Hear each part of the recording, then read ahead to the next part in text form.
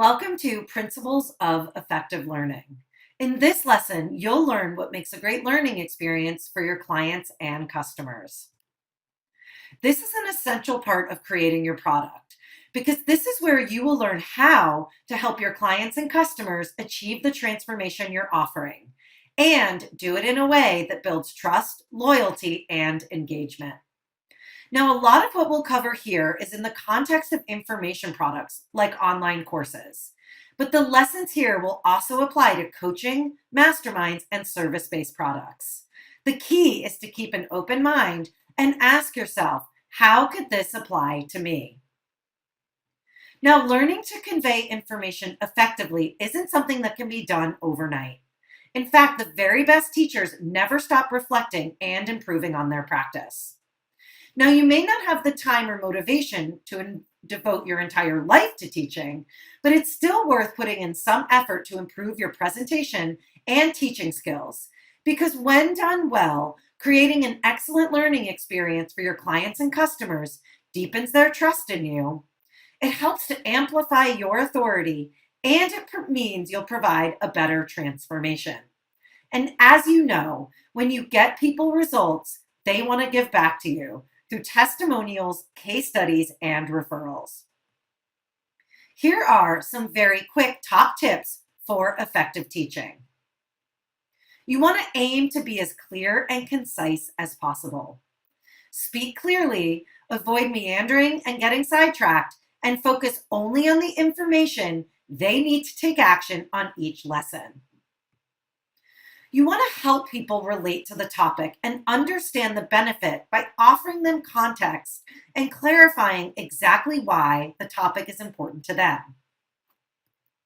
You want to include visuals alongside your verbal explanations to help reinforce the information and, where possible, get your audience to actually do something. Now, in later lessons, you'll learn about structuring your product for optimum results. Okay, now I want you to think about one of the best teachers you ever had. Maybe it's a high school teacher, a mentor at work, or hopefully even Jeff or one of the PLF coaches. What made that teacher stand out? You might not have realized it at the time, but the answer is most likely that they not only knew what they were talking about, but they also inspired and motivated you. Remember, you're not giving your clients and customers knowledge. You're creating an opportunity for change. The best teachers and facilitators understand that it's not about imparting as much knowledge or information as possible. It's about motivating people to take action. Taking action on enough information is far more powerful than hoarding knowledge. So how do you inspire people to take action? Well, you begin by getting clear on what information they actually need, and then you give them clear action steps they can follow to implement what they've learned. Give them context by explaining why it's important to them and use stories and examples, even if they're fictional or metaphorical, as long as you make that clear to help them visualize the result. In fact, stories are one of the mental triggers that help make your teaching more memorable. Jeff teaches us how to use the mental triggers in the context of your launch, so you may be familiar with these already. But you can also use them in the context of creating and delivering your product. Mental triggers are psychological principles that trigger people into behaving a certain way. Robert Cialdini wrote about them at length in his book, Influence. Here are some of the key mental triggers. And don't forget, you'll find more examples in the handout for this lesson, so be sure to check that out. First, we have community, like encouraging participation in groups or comment sections. Learning in a cohort can be very powerful. Next, we have social proof, which is using examples of relatable people. Don't forget authority. If you have strong positioning, people will hang on your every word. Also, don't forget about borrowed authority, where you can use quotations or examples from other respected people in your niche. Next, we have interaction and conversation. Simply by replying to their comments and questions or encouraging them to interact in live sessions, you let them know that learning is a two-way process. And don't forget the reason and the why. Make the learning incredibly relevant to them and help them understand the value. Specificity and concreteness. By using more specific and concrete examples, you make the learning more accessible. And last but not least, emotion. If you can touch someone's emotional core, you can be sure your teaching will be remembered. Now, great teaching involves an awareness of how much your clients and customers are ready and able to learn. One of your main aims is to manage cognitive load. That is to not over or underwhelm your people. Remember, the stuff you're teaching may seem obvious, maybe even basic to you, but it's brand new information for your audience who need time to process and understand it. If you overwhelm people, you risk them not being able to take action and thus giving up. So let's say you're delivering an online course. As a very rough guideline, 60 to 120 minutes of content per week is a good range. But remember, it's not about length or amount of material, it's about the transformation. It sometimes can feel counterintuitive, but the less you can do to get to the transformation, the better. So in this lesson, you learned some quick tips about creating the conditions for your clients and customers to consume your product. And you learned that your job isn't only to impart knowledge, but also to motivate and inspire. You learned how to use mental triggers to make your lessons more memorable and how to manage cognitive load. Now scroll down and leave a comment. Tell me about the best learning experience you ever had and why. Think about what you might take from that experience into your own product.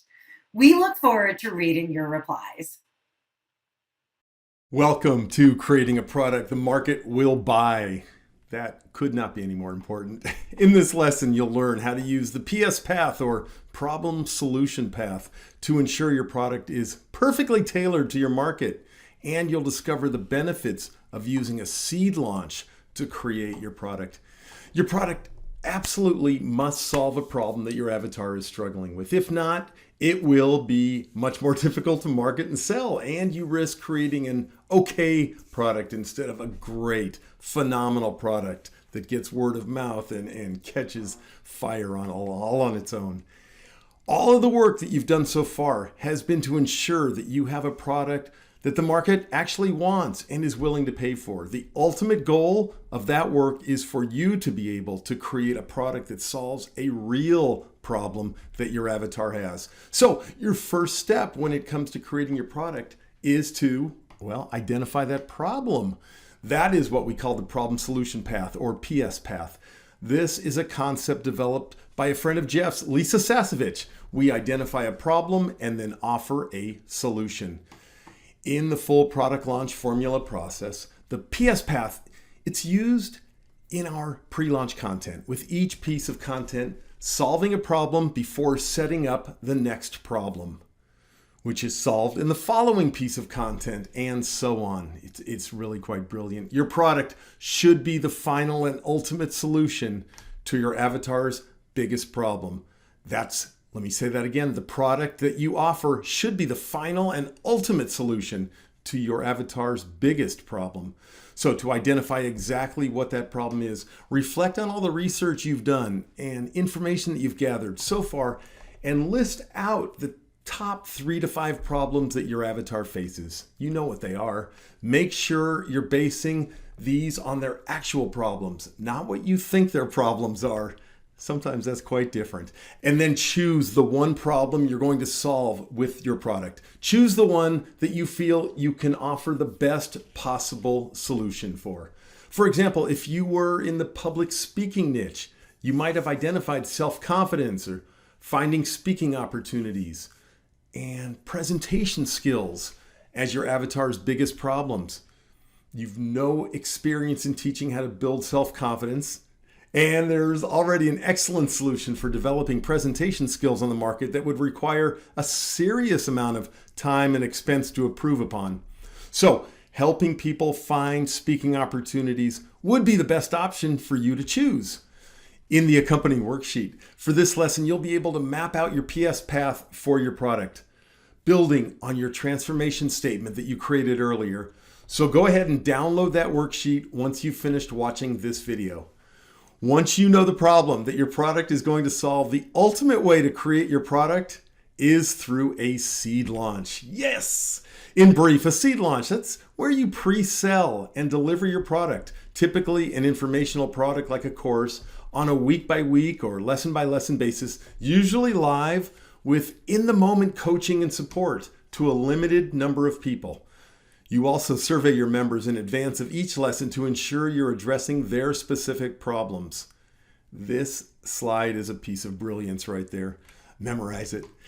Why is the seed launch such a great way to create your product, you ask? Well, to start with, because you pre-sell the product. You get paid to create the product instead of spending weeks or months or even in some cases years. I've spoken to those people, creating it up front with no guarantee whatsoever that you'll be reimbursed for your time and costs. But beyond the financial side of things, you also create a better product by using a seed launch, as you'll be surveying and getting feedback from your students at every step along the way. This means you'll create a product that addresses the exact problems your audience has. Wow! You're essentially co-creating the product with your clients and customers. There's no better way to ensure you're making a product they genuinely want and need. It's also the fastest way of creating a product, and it allows you to collect testimonials and case studies straight away. What is not to love about that? Nothing. Once you've finished delivering your product in its seed launch format, you can then turn it into a more polished product offer, incorporating examples and case studies and using feedback from your seed launch members.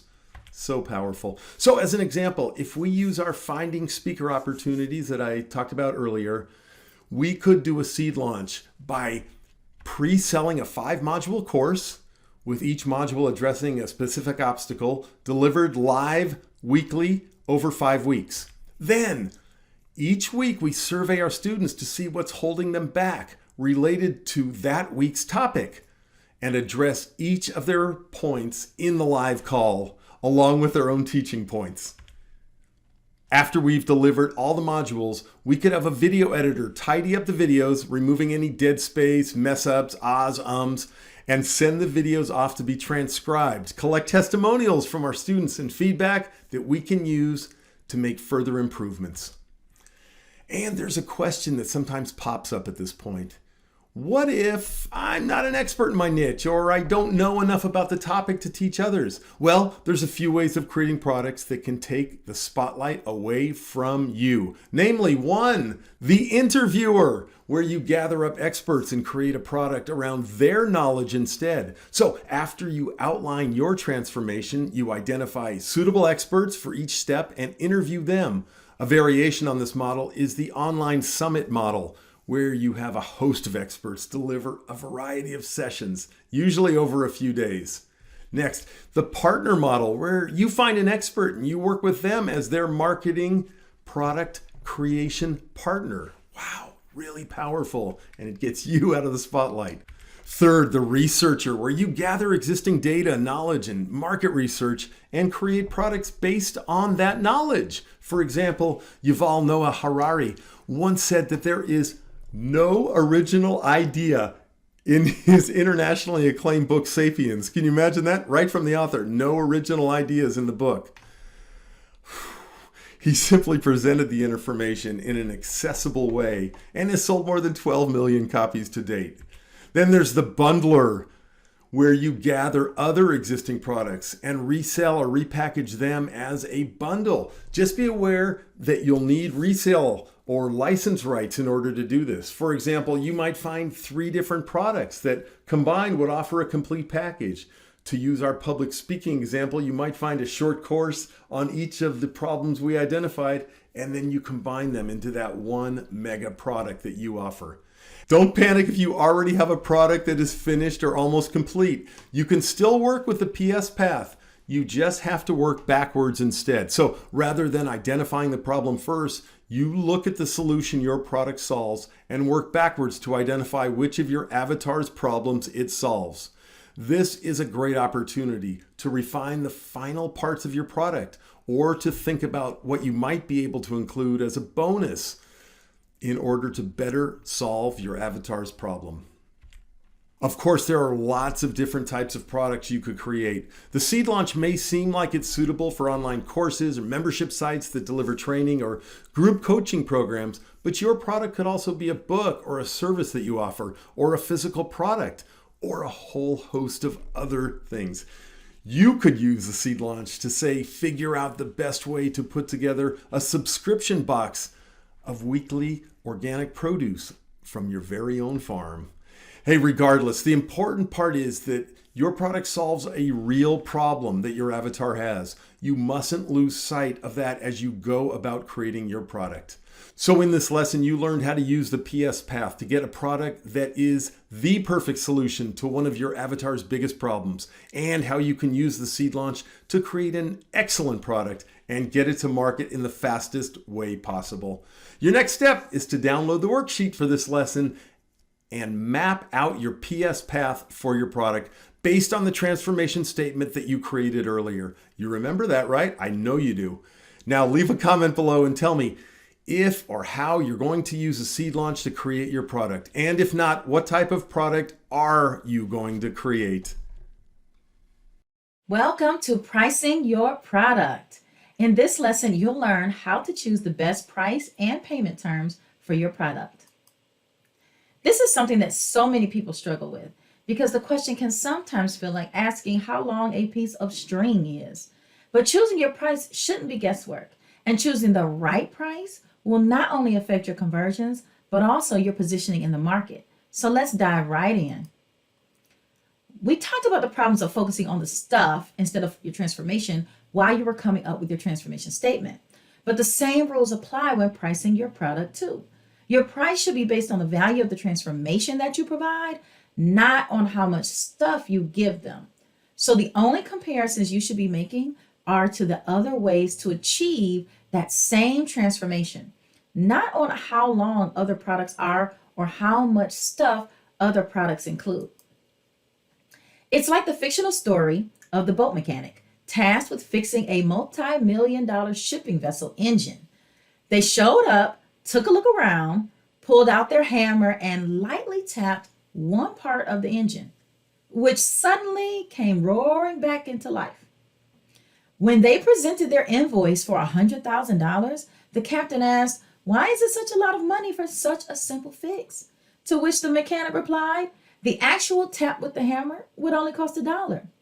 The other $99,999 is for knowing where to hit." You see, the cost for the boat to be out of service or that for that company to swap all of the containers onto another vessel would have been astronomical, making the mechanic's hammer tap easily worth the six-figure price tag. So let me reiterate. It's not the amount of content that matters, it's the transformation and the experience you're offering. You can increase the perceived value of your offer by adding things like community or the amount of access they have to you, the teacher. If you're offering one-on-one consultations or weekly live sessions, your price should definitely be a lot higher than if they were only getting access to the pre-recorded videos. Essentially, the more of you they get access to, the higher your price should be. Something many people struggle with is knowing where to draw the line between free and paid content. Jeff's friend Evan Pagan talks about moving the free line. In a nutshell, the more value you can provide for free, the more you can charge for your paid content, because you'll naturally attract more people and your perceived value increases dramatically. And there are a couple big benefits to being able to charge more. First of all, it's much easier to sell fewer units at a higher price than lots of units at a lower price. Selling $1,000 products is easier than selling $1 million $1 products. And secondly, when you charge a higher price, you'll also get better students who are more likely to take action and get results. And since they get results, They'll be excellent case studies for you and brand ambassadors. They'll recommend you at every chance they get. So ideally, you want to position yourself at the higher end of the market. Every niche has a different range of prices, so there's no one size fits all pricing strategy. But you want to aim to be at the higher end of the niche, because if you position yourself there, you'll be able to charge higher prices, you'll attract more and higher quality partners or affiliates, you'll attract media and speaking opportunities, and will find more opportunities start coming your way. Something Jeff calls the deal flow. The problem that a lot of people have is that they set their prices based on their own perceived self-worth and not on how much value they're providing. But remember, it's not about you. It's about your customer and their journey. The mechanic from our boat story knew the value of their fix and didn't let the amount of time or their own self-worth stop them from asking for what the fix was worth. I'm going to guess that you want to have a successful business, right? If so, then you have got to get comfortable with charging the full value of the transformation you're offering. It's the only way that you can have the impact you want to have and get the great results, real results for your clients. We often see our students pricing their products too low simply because of mindset. So guess what? The first sale is to yourself. Be confident when you set your price and when you announce it to the world. Take a look at this chart that shows you the kind of prices you should be charging for your product. As you can see, we're not talking about length or content at all, only about the size of the problem you are solving. Smaller problems are worth less, larger problems more. Then we have your level of involvement. Products that simply tell people what to do are the least valuable. Ones that show people how to do it are worth more. And then products with dedicated support definitely come at a premium. The more coaching and support, the higher the price. And that includes community support too. But remember that those prices are only examples, and price ranges within your niche will vary. And the price will also vary depending on the type of product you're creating. For example, an in-depth online course will cost more than a book. Now, if you follow Jeff's product launch formula, you'll be able to price yourself at the higher end of the market. And even though length shouldn't be a factor in your pricing strategy, you should still keep an eye on the balance between length and cost. For example, an 8-week course for $197 is probably underpriced. If $200 is the top price you can charge in your niche, you'll want to figure out a way of offering the transformation in shorter, smaller packages.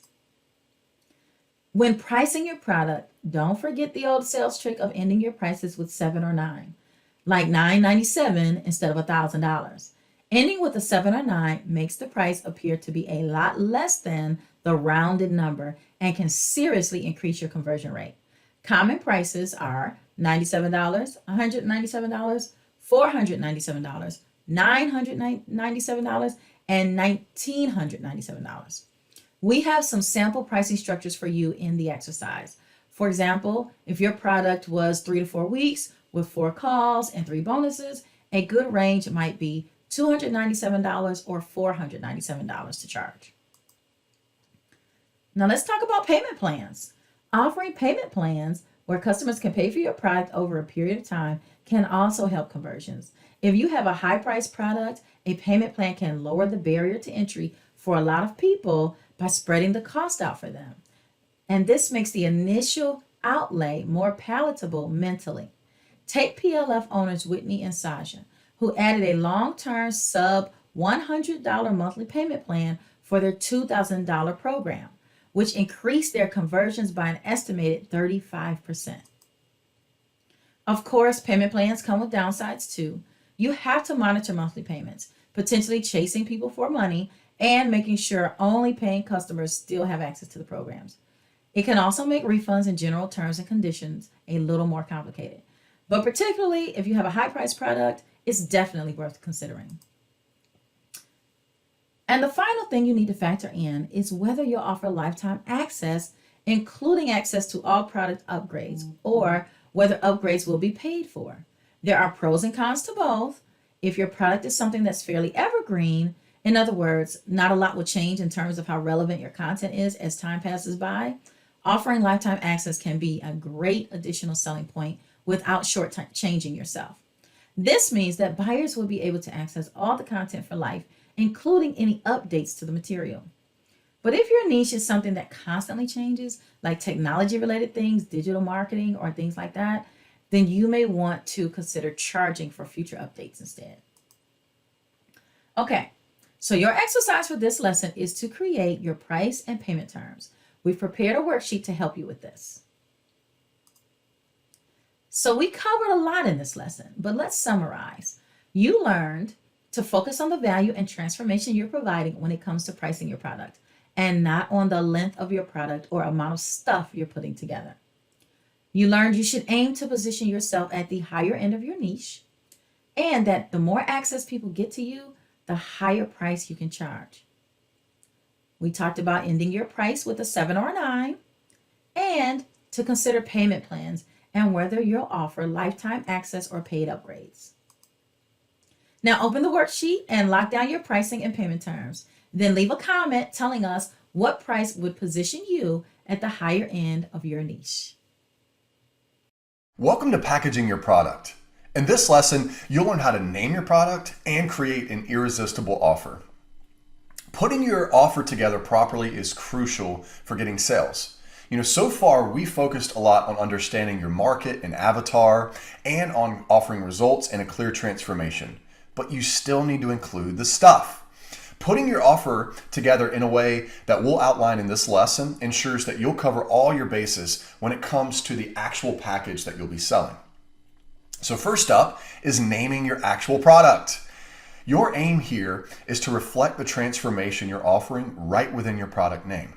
Think about Jeff's product launch formula, right there in the title, telling you that you'll learn a formula to launch a product. Other examples of this include Blog That Converts by Derek Halpern, or Video Ranking Academy by Sean Connell, or SEO That Works by Brian Dean. Think about using words like formula, blueprint, method, system, or any other words that clearly defines the process you'll be taking your customers through. It helps make the product sound more defined and actionable. As a quick but important side note here, you'll want to do some research to make sure that your product title isn't infringing on anyone else's intellectual property or copyright. So make sure that there are no other similarly titled products or registered trademarks before you lock down your product name and title. If you're uncertain, we recommend seeking legal counsel here. You also want to make sure the URL is available for your product too. For example, yourproductname.com. You'll market your product primarily through your existing site to begin with, but if your product takes off, you'll want to own the actual domain name for the product, even if it just redirects back to your main site, so that no one else buys it and holds it hostage from you. Plus, as you move into marketing with affiliates, you don't want one of your affiliates to end up buying the URL. Now, moving on to your actual offer. There are 5 elements to creating a crushing offer. Number 1 is deliverables. This is the information or modules they get access to, coaching calls, physical materials or products, transcripts, worksheets, etc. Number 2 is the bonuses.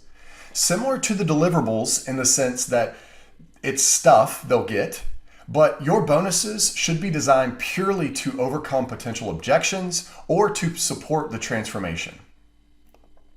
For example, in Product Launch Formula, we know that one of the main objections many potential buyers have is that they don't have an email list. So we offer a bonus course, Launch Your List, to overcome that objection. You can also think about what parts of your main program would actually be better suited as bonuses. People have a tendency to put way too much stuff.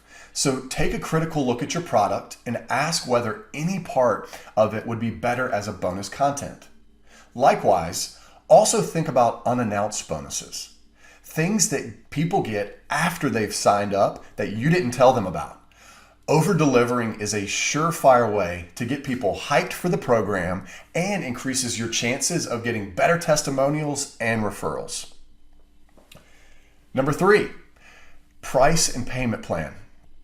We covered this in an earlier lesson, but as you're putting your offer together, think about which method of payment you'd prefer and what you can do to incentivize that. For example, if you'd rather have people pay up front in full, you can offer some kind of bonus for people that pay in full versus people that opt in for the payment plan. Number 4, guarantee or risk reversal. This helps people get over the commitment hurdle. If they know they're going to get their money back, they can buy right away with less fear. So think about how long you will offer the guarantee for. Is it 14 days or 28 days, for example? Whether or not it's full or partial guarantee, or whether there are any conditions attached, such as having to prove a certain percentage of the work was completed. We generally recommend not having conditions, but in some circumstances, they can make sense. You could also consider conditions on an extended guarantee. So you might offer 14 days with no questions asked, they get their money back, followed by a longer period, maybe 3 to 6 months window with evidence that work has been completed. Number 5, launch bonuses. There are 2 main forms of launch bonuses, fast action or stacking. Fast action launch bonuses are for people that buy early. They get rewarded for taking the leap early. You have to be careful with this though, as a lot of time, the people who buy early are people who probably would have bought in anyway. And by taking away a bonus early, it can put other people off purchasing, as they feel they're missing out on the full experience. Stacking bonuses are where you announce more bonuses as you move through your launch period. Of course, you must make sure that you still give those bonuses to the people who bought earlier. A common mistake to be aware of at this stage is focusing too much on the stuff. Yes, the offer is more about deliverables, but, and don't miss this, those deliverables are still in service of the transformation. Also, don't expect to get this perfect the first time around. Put everything together as best you can, launch, and then iterate and improve as you move forward. Remember, as Jeff says, when you have a crushing offer that's aligned with what your avatar wants, it makes marketing easy. Okay, so your exercise for this lesson is to name your product and put together your crushing offer. The worksheet for this lesson has a template for you to work through that will help you map out your offer. To recap this lesson, you learn how to name your product and the 5 elements of a crushing offer, which included deliverables, bonuses, price and payment plan, guarantee, and launch bonuses. Now, go ahead and complete the worksheet for this lesson, and then leave a comment below and tell us what you'll call your product. Welcome to your product ascension path. In this lesson, you're going to learn about Jeff's revolutionary circle of awesome and how it can help you overcome the hurdle of getting your first product released and set you up on a cycle of creating new products. This is important because you need to understand the long-term plan for your product creation, because with that in place, you'll have more proactive vision for your overall business. You cannot let yourself get stuck on your first product, which can happen if you don't fully understand the journey that you're about to embark upon. So it's important right now to remember that your first product doesn't need to be your lifetime product. In fact, it shouldn't be your lifetime product. I'll explain why later in this lesson. Your product ascension path is all about long-term thinking, focusing on getting your first product to market quickly. Ideally, guess what? Via a seed launch. Yep, before improving it and moving on to your next product. Jeff created the Circle of Awesome to demonstrate exactly how this works. You use a seed launch to create a product, then refine it, repackage it, and launch it using an internal launch. Then bring in joint venture or JV partners as affiliates to do a large-scale JV launch. And then at some point down the road, You start the process all over again by using the seed launch to create, you guessed it, your next product or offer. Keep in mind, your next product doesn't have to be in the exact same niche. Nope, you can use it to broaden and expand your niche into a wider market. Or your next product might be a product to your existing customers and clients. Jeff did this with his year-long coaching membership program, Launch Club. So I mentioned that your first product shouldn't be your lifetime product, but why not? Well, if you put pressure on yourself to create the one, the perfect, the ideal product that solves every possible problem under the sun for your avatar, then a couple of things could happen. First, you might never get it to market, as it'll become this huge, unwieldy beast of a product that's just too big for you to handle. And secondly, you'll probably end up trying to cram far too much into your product, covering every possible angle and ultimately losing sight of the transformation you're offering. So by trying to create the perfect product, you can actually end up creating a worse product. Your first product is just the beginning, you guys. It's all about iteration and evolving your product and offerings over time based on responding to your market, your niche, your prospects, and clients and customers. Because once you create something, you can bet that people will start telling you exactly what they want next. And when they do, you go back to the seed launch and create your next product. And so the circle of awesome goes on and on and on. It's a beautiful thing. So in this lesson, you learned your long-term plan and why that matters to your overall business. We dug into the importance of launching your first product before improving it, relaunching it, and then circling back around the circle of awesome to create your next product. In the next module, we're going to be looking at how to best design your product, and we're going to go deep into how to create the great experience for your clients and customers, and how to map out the transformation you'll deliver for them. But before that, scroll down, leave a comment letting us know what your biggest takeaway from this whole module has been. Coach Barry, talk to you soon. Hi, welcome to Defining Your Transformation. In this lesson, you're going to learn how to ensure that your product is offering a concrete transformation for your clients and how to identify what makes your product stand out in your market. We're going to start with the end in mind. One of the key things that Jeff teaches in PLF is to write your sales letter first. Now, when I first heard that, I thought, what?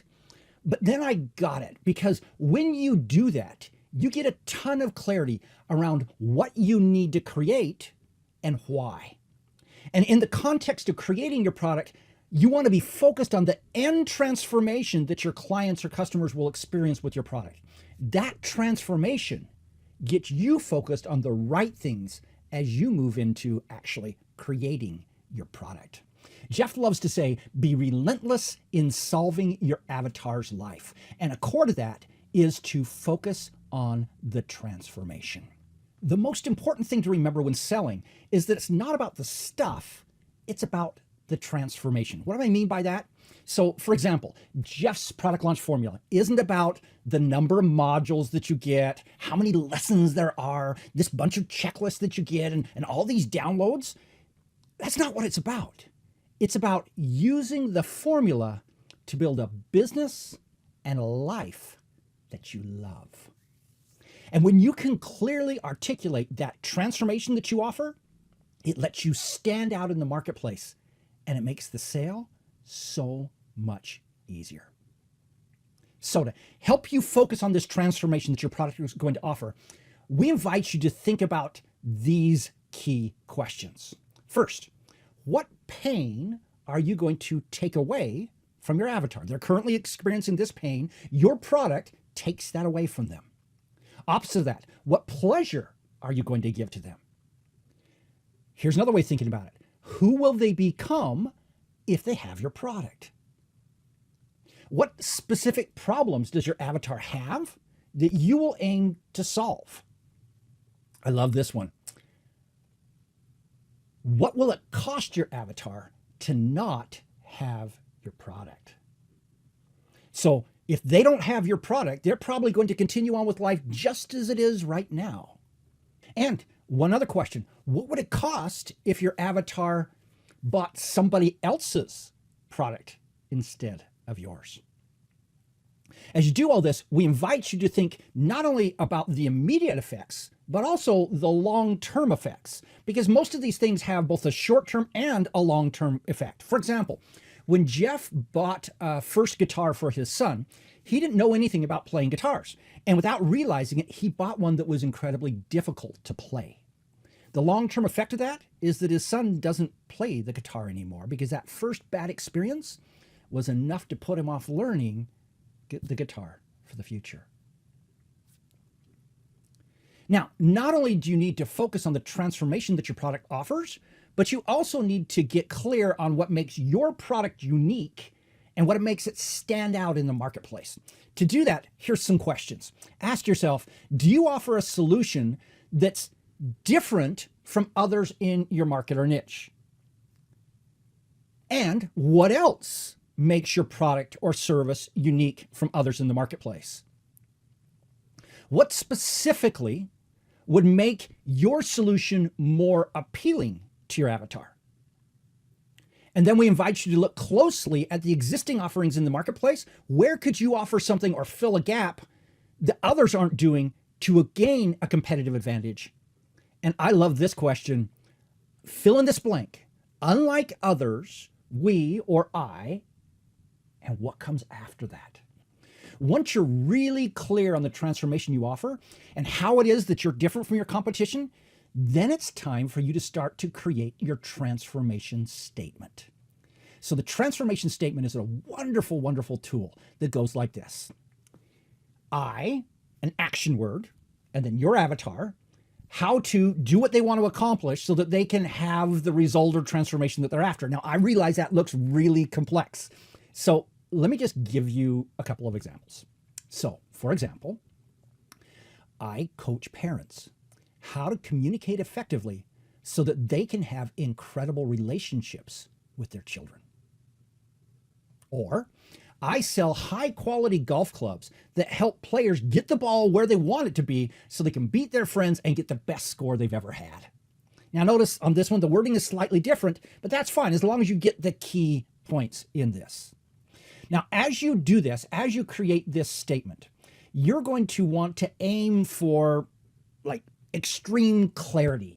So for example, you're going to want to be aiming for things that are concrete and tangible, not abstract. For example, improve your love life. That's abstract. Versus get more dates. That's concrete. Improve your golf swing. Abstract. Versus drive the ball farther. Specific. Next, is it specific? For example, get in shape. General. Versus run a 10K in under X time. Very specific. Next, is it verifiable? Can it actually be proven? For example, play the guitar. How do you know when you're able to play the guitar? Versus play 10 complete songs. Okay, I know I can achieve that. Next, is it measurable? Can it actually be, I clarify that you actually have achieved this. For example, lose weight versus lose 12 pounds. Next, is it externally visible or just internally? For example, and this is one that people do all the time, have more confidence. That's pretty internal. Versus meet new people. All right, now you can see that and you can identify that it really is real. And another question, could you figure out a way to capture this transformation on video? In other words, what would it look like if you had this transformation in your life? What would that video actually portray? That's a great way to verify that you really have and are offering a very concrete transformation. Now, I do want you to bear in mind as you do this that there are some legal aspects around this. So we recommend that you actually consult an attorney if you have questions about what it is that you can actually say as you use to describe the transformation that your business provides. Now, there is definitely a balance in this process. You need to be very careful. So you need to balance being specific with communicating the dream. So if you get too specific, it tends to actually be counterproductive and you lose the motivational or aspirational aspect of it. The best transformation statements can be shared publicly as a kind of company or product model. So what you wanted to make it is really easy to read and understand so that everyone is totally clear on it. And the other piece on this is that, hey, it doesn't have to be perfect. Get 80% of the way there and relax, knowing that you can change it as you go along. So take some time to do this. You are going to use this to create your sales page and refine your product, and in almost every aspect of this, promotion of it, your ads, your social media content, your blog, and your sales and video content. It's going to go into all that. So be good. Just don't take 6 months to get there. All right. A final very quick note before we wrap up. Keep in mind the type of product you're going to be creating. Although you want it to be as concrete as possible with your transformation statement, how specific you can be depends a little bit on the product you create. For example, a physical product might solve a very defined problem. Whereas maybe a longer term membership product where they're going to be in there for a year and achieve a whole bunch of things, that transformation statement may be slightly less defined, as it depends on that ongoing relationship and issues that your client corrects and fixes and transforms as they go through your product. So either way, you still need to get clear on what you're offering.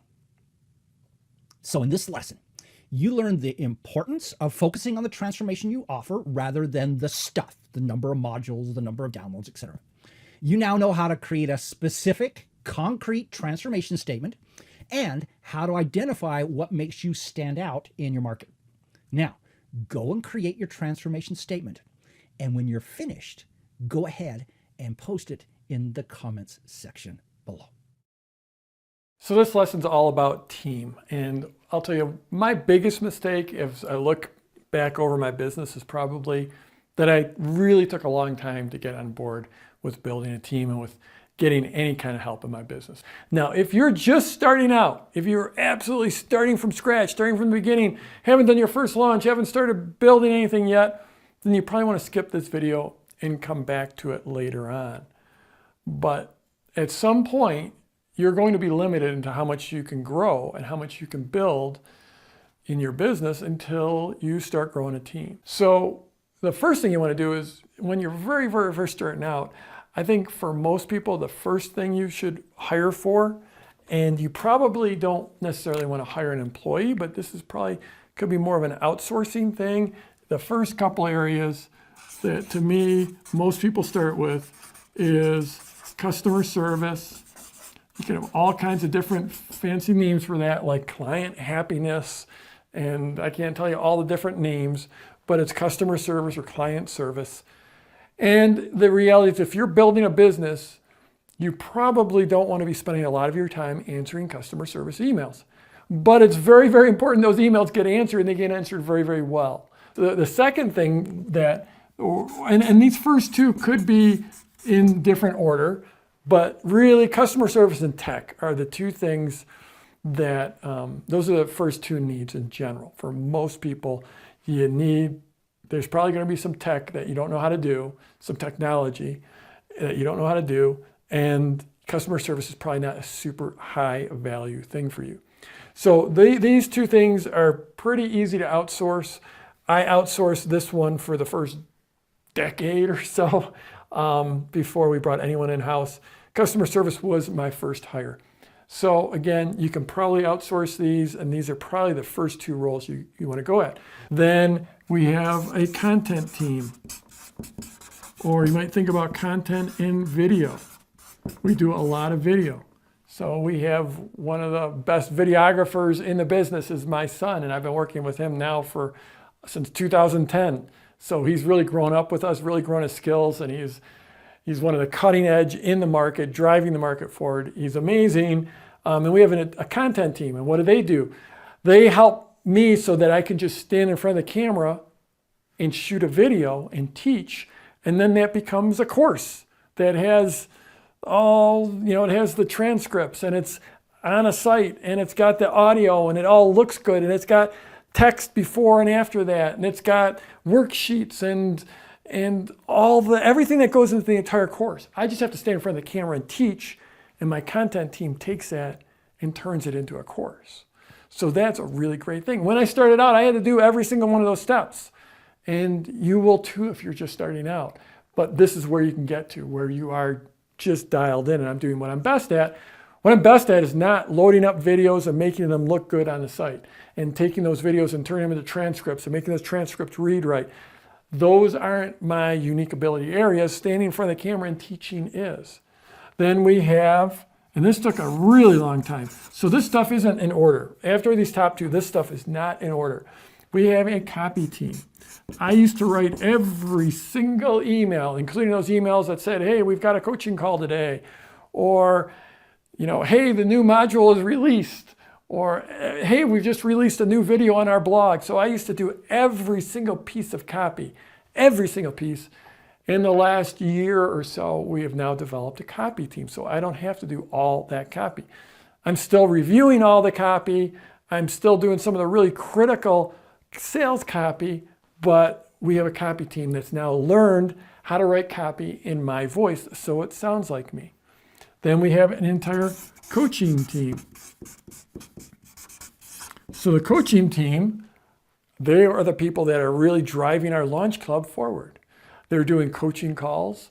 They're in our portal. They also drive our PLF portal forward. They also do our coaching calls for Product Launch Formula. So we've got an entire team of coaches.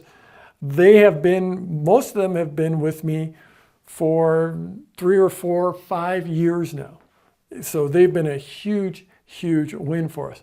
Another one, this was one that was very, very slow for me to really get this one up to speed, but it's accounting and the whole finance team. And we now have a big enough business where it's really, really important. We know what our numbers are. Again, if you're just starting out, probably not as important. But as you start to grow, it becomes important. Then we have joint venture management. So our joint venture launches are a big part of our business, super big part of our business. And our relationships, keeping our relationships going with our joint venture partners is a very big deal. So we've got a focus there. Then we have admin support. So I'm going to put admin and team support. So now that we've got this size of a team, just keeping that team running is a thing. Just scheduling meetings, just making sure the team is supported.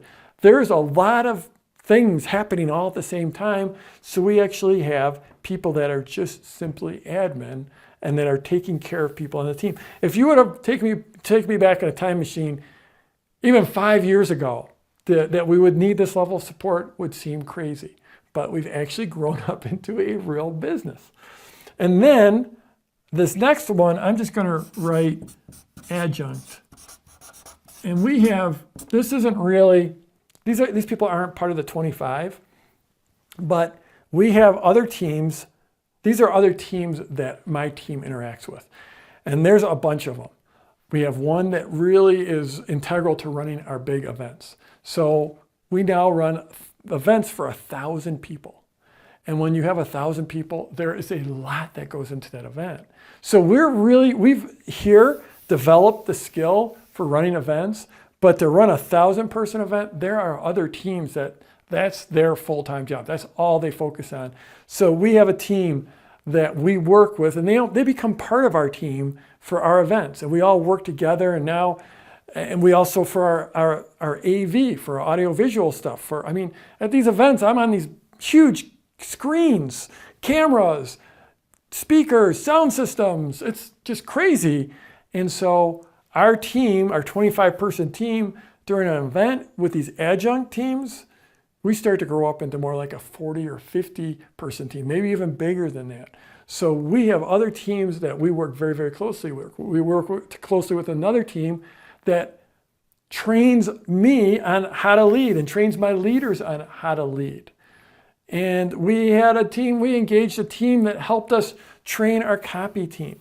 So that's one of the amazing things about the way business works these days, is that it's so easy to integrate and to hire other teams and bring them on board because of some of the tools here. This is another thing I need to mention, is this 25-person team, we're virtual. We don't have an office. We're virtual, 100% virtual. Because I live in Durango, which is Durango, Colorado, a small town in the mountains in Colorado, there's about 13,000 people here in this town. Tremendous, great town, tremendously talented people here. But some of these skills are pretty specialized. And being virtual allows me to pull from a worldwide talent pool. And so we have people across the country and outside the United States that is part of our virtual team. And then when we tie into these adjunct teams, most of them are virtual as well. So we're working with people all around the country. Now to do that, we're using tools that just were not available a few years ago. Right now, as I record this, and maybe as you're watching it, our tools may have changed, but one of our primary tools is Slack. That's for communications. It's an amazing communications tool. We don't use email. The only email that happens in my business is sometimes we have to email people that are not in the business. People are outside the business. But within the team, there's a lot of communication going on between 25 people working very hard to get a lot done. There's no email. There's zero email. We're 100% on Slack for our communications. We also use Zoom. So we meet on Zoom and we do video calls so we can see each other and work together on Zoom. We use Google Drive for documents to collaborate on documents. So these three tools allow us to be super productive. We also use something called Teamwork, which is for project management. There are a lot of solutions here. So don't necessarily say, I'm going to go use Teamwork because Jeff uses it. Take a look. There's things like Trello, Asana, on and on and on. All kinds of tools to manage projects, to share documents. So with these things, we're able to go virtual. The one thing that I need to be, and you will need to be, if you start to build something like this, again, not for beginners, but if you start to build something like this, you have to be a leader. So I have had to learn to become a leader. I think I've been a great leader, I think, in our industry. I think I've been a phenomenal leader for our PLF owners and the people in the community. But I wasn't born a natural leader for my team. And since about 2014, that has been part of my growth path, is learning how to be a leader. And at some point, you will need to be a leader if you're going to grow a team. You don't have to be a manager, but you need to be a leader. You have to set the vision for the company, and you have to lead your leaders, and you have to lead your managers. So that's a little bit on team. It's been a big journey for me, but it's been super, super rewarding. Okay, so this section is all about the big picture. This is the advanced stuff. This is how to get the life that you want. So the first thing I want to talk about is what I consider probably the most important thing in business, and that is opportunity cost. And so opportunity cost is the cost that you will have when you take on a project.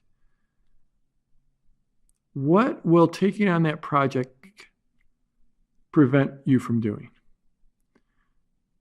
And often in pure business world, the opportunity cost is thought of as a financial thing. Like if you spend this $1 million to create this project, what projects do you have to forego that you could have created with that $1 million? So I go and I spend this $1 million to create this great restaurant. What else could I have done with that $1 million?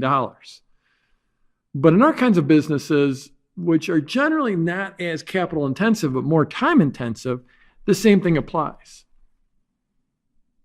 In fact, more so, because time is more limited than financial resources. And so if you take this project on, what project will you not be able to take on? What project are you giving up by taking this project on? If you take this client on, what other clients are you going to have to say no to? there's this quote I love by Warren Buffett, who is probably the most successful investor ever.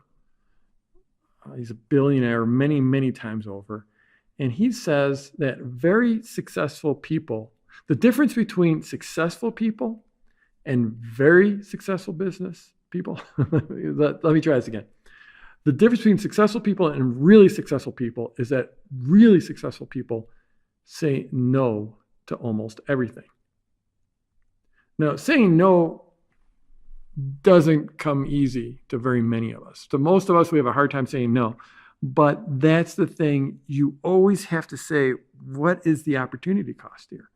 My friend Dean Graziosi, the way he puts it, he thinks about, he's sitting in his office and behind him is a bookcase of his favorite books. He just loves these books. He cherishes these books. And the bookcase is completely full. Someone comes in and they have just a wonderful book, or a book they're trying to sell you, or they're trying to give you, or they're trying to get you to consume. And he looks at that and says, if I take this book, I'm going to have to turn around to my bookcase and I'm going to have to take one of those books and throw it away. And of course, the books are opportunities. So if someone comes in and says, here, I've got this great opportunity for you. I've got this great project that you can take on. I need your help with this project. Then he has to take a look at all his other projects and potential projects and throw one of those away. Or he has to say no. And that's why saying no is so critical, because the number of opportunities that come your way, there's no end to the number of opportunities that come your way. And as you become more successful in business, then your deal flow, the number of possible deals that are coming to you, will skyrocket. So opportunity cost is, in my opinion, the most important thing in business. And as your business grows, it will become more important. Your time becomes, the pressures on your time become greater. The potential for your time to become fractured become greater. More people want a piece of you. They keep on bringing more things in front of you. Your time is more valuable. In a very direct financial sense, and just you're getting older. That's the way it works. So you have to say no. It is a critical skill for you to develop, is the ability to say no. And then the number, just throughout all of this, you really just have to focus on, what do you want in your life? I mean, sit down and define, what do you want in your life? What do you value in your life?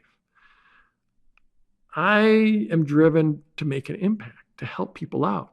But I'm also driven to have a great lifestyle, to be able to step away from my computer, to be able to have fun, to be able to get in the wilderness. I love being in the wilderness. I love being in the wilderness for extended trips. So I don't want a business where I have to be on call or I have to be available all the time, where I can't afford to take off 2 or 3 or 4 weeks and be completely disconnected. Now, there aren't that many people that value that. I think I'm a bit of an oddball there. You have to figure out, what do you value? What do you want in your life? What do you want your life to look like? Sit down and design what you want in your life. And then when you make these decisions in your business, you should make them in alignment with what you want in your life. You signed up to be an entrepreneur. That means you're creating. You're working hard. You might as well create what you want in your life. Create the life you want. Don't live by someone else's rules. You write the rules that you want. I mean, as long as they're legal and ethical, write the rules that you want. Create the rules that you want that are going to give you the life that you want. And then build that business that gives you that. In the last section, I introduced you to the idea of leverage and scale and why it's so important, and how it basically allows you to grow your business without growing the time you put into your business. So now it's all about leverage. And this is the very core of that, how to make more money, make more impact, serve more, do better, and not continually work harder and harder and more hours. So the first thing is you have to have this focus on protecting your time. This is something that has to be front and center for you just every minute you're in your business. You have to be thinking about this, because the world will conspire to take your time from you. It will conspire to distract you. The first thing that you're going to be, it's almost like the world will, and your psyche and your psychology will say, check your inbox, go check your email, check your social, check your inbox. And the only thing waiting in your inbox is the world's agenda for you. And you have to impose your own agenda on you, not let the world impose its agenda on you. So you have to protect your time. You have to be aware that there are time vampires out there. There are going to be expectations that people will have for you. They might be clients, they might be prospects, they might be vendors, they might be employees or team members. They are going to have this way that they think you should act. And that way will take time from you. And you have to stand firm. Being productive is not about getting a lot of things done. Being productive is not about working hard. You go to the bank and you go to deposit a check, and they don't ask you if you worked hard for it. Being productive is about getting the right things done, doing the right things, knowing the things that are going to make an impact, not the things that other people think you should do. You need to ask yourself, does this, whatever you're thinking about doing, if I take this on, if I do this, does this take more time from me? Does my time commitment grow as this thing grows, as this project grows? Can I get leverage here? Can I design it so that it grows without me putting in more time? Or is it inherently a situation where I'm going to continually have to put in more time to make more? If so, it's probably not a good project to take on. Could be, if it's early on in your business and you're fighting to get started, you're fighting to get a foothold, fighting to get traction, to get positioning. There are times where you do have to take on things that aren't leveraged, or they might have high strategic value. Like if you work one-on-one with this client, do they then end up emailing their list about how awesome you are and put you in front of 20,000 followers or something like that?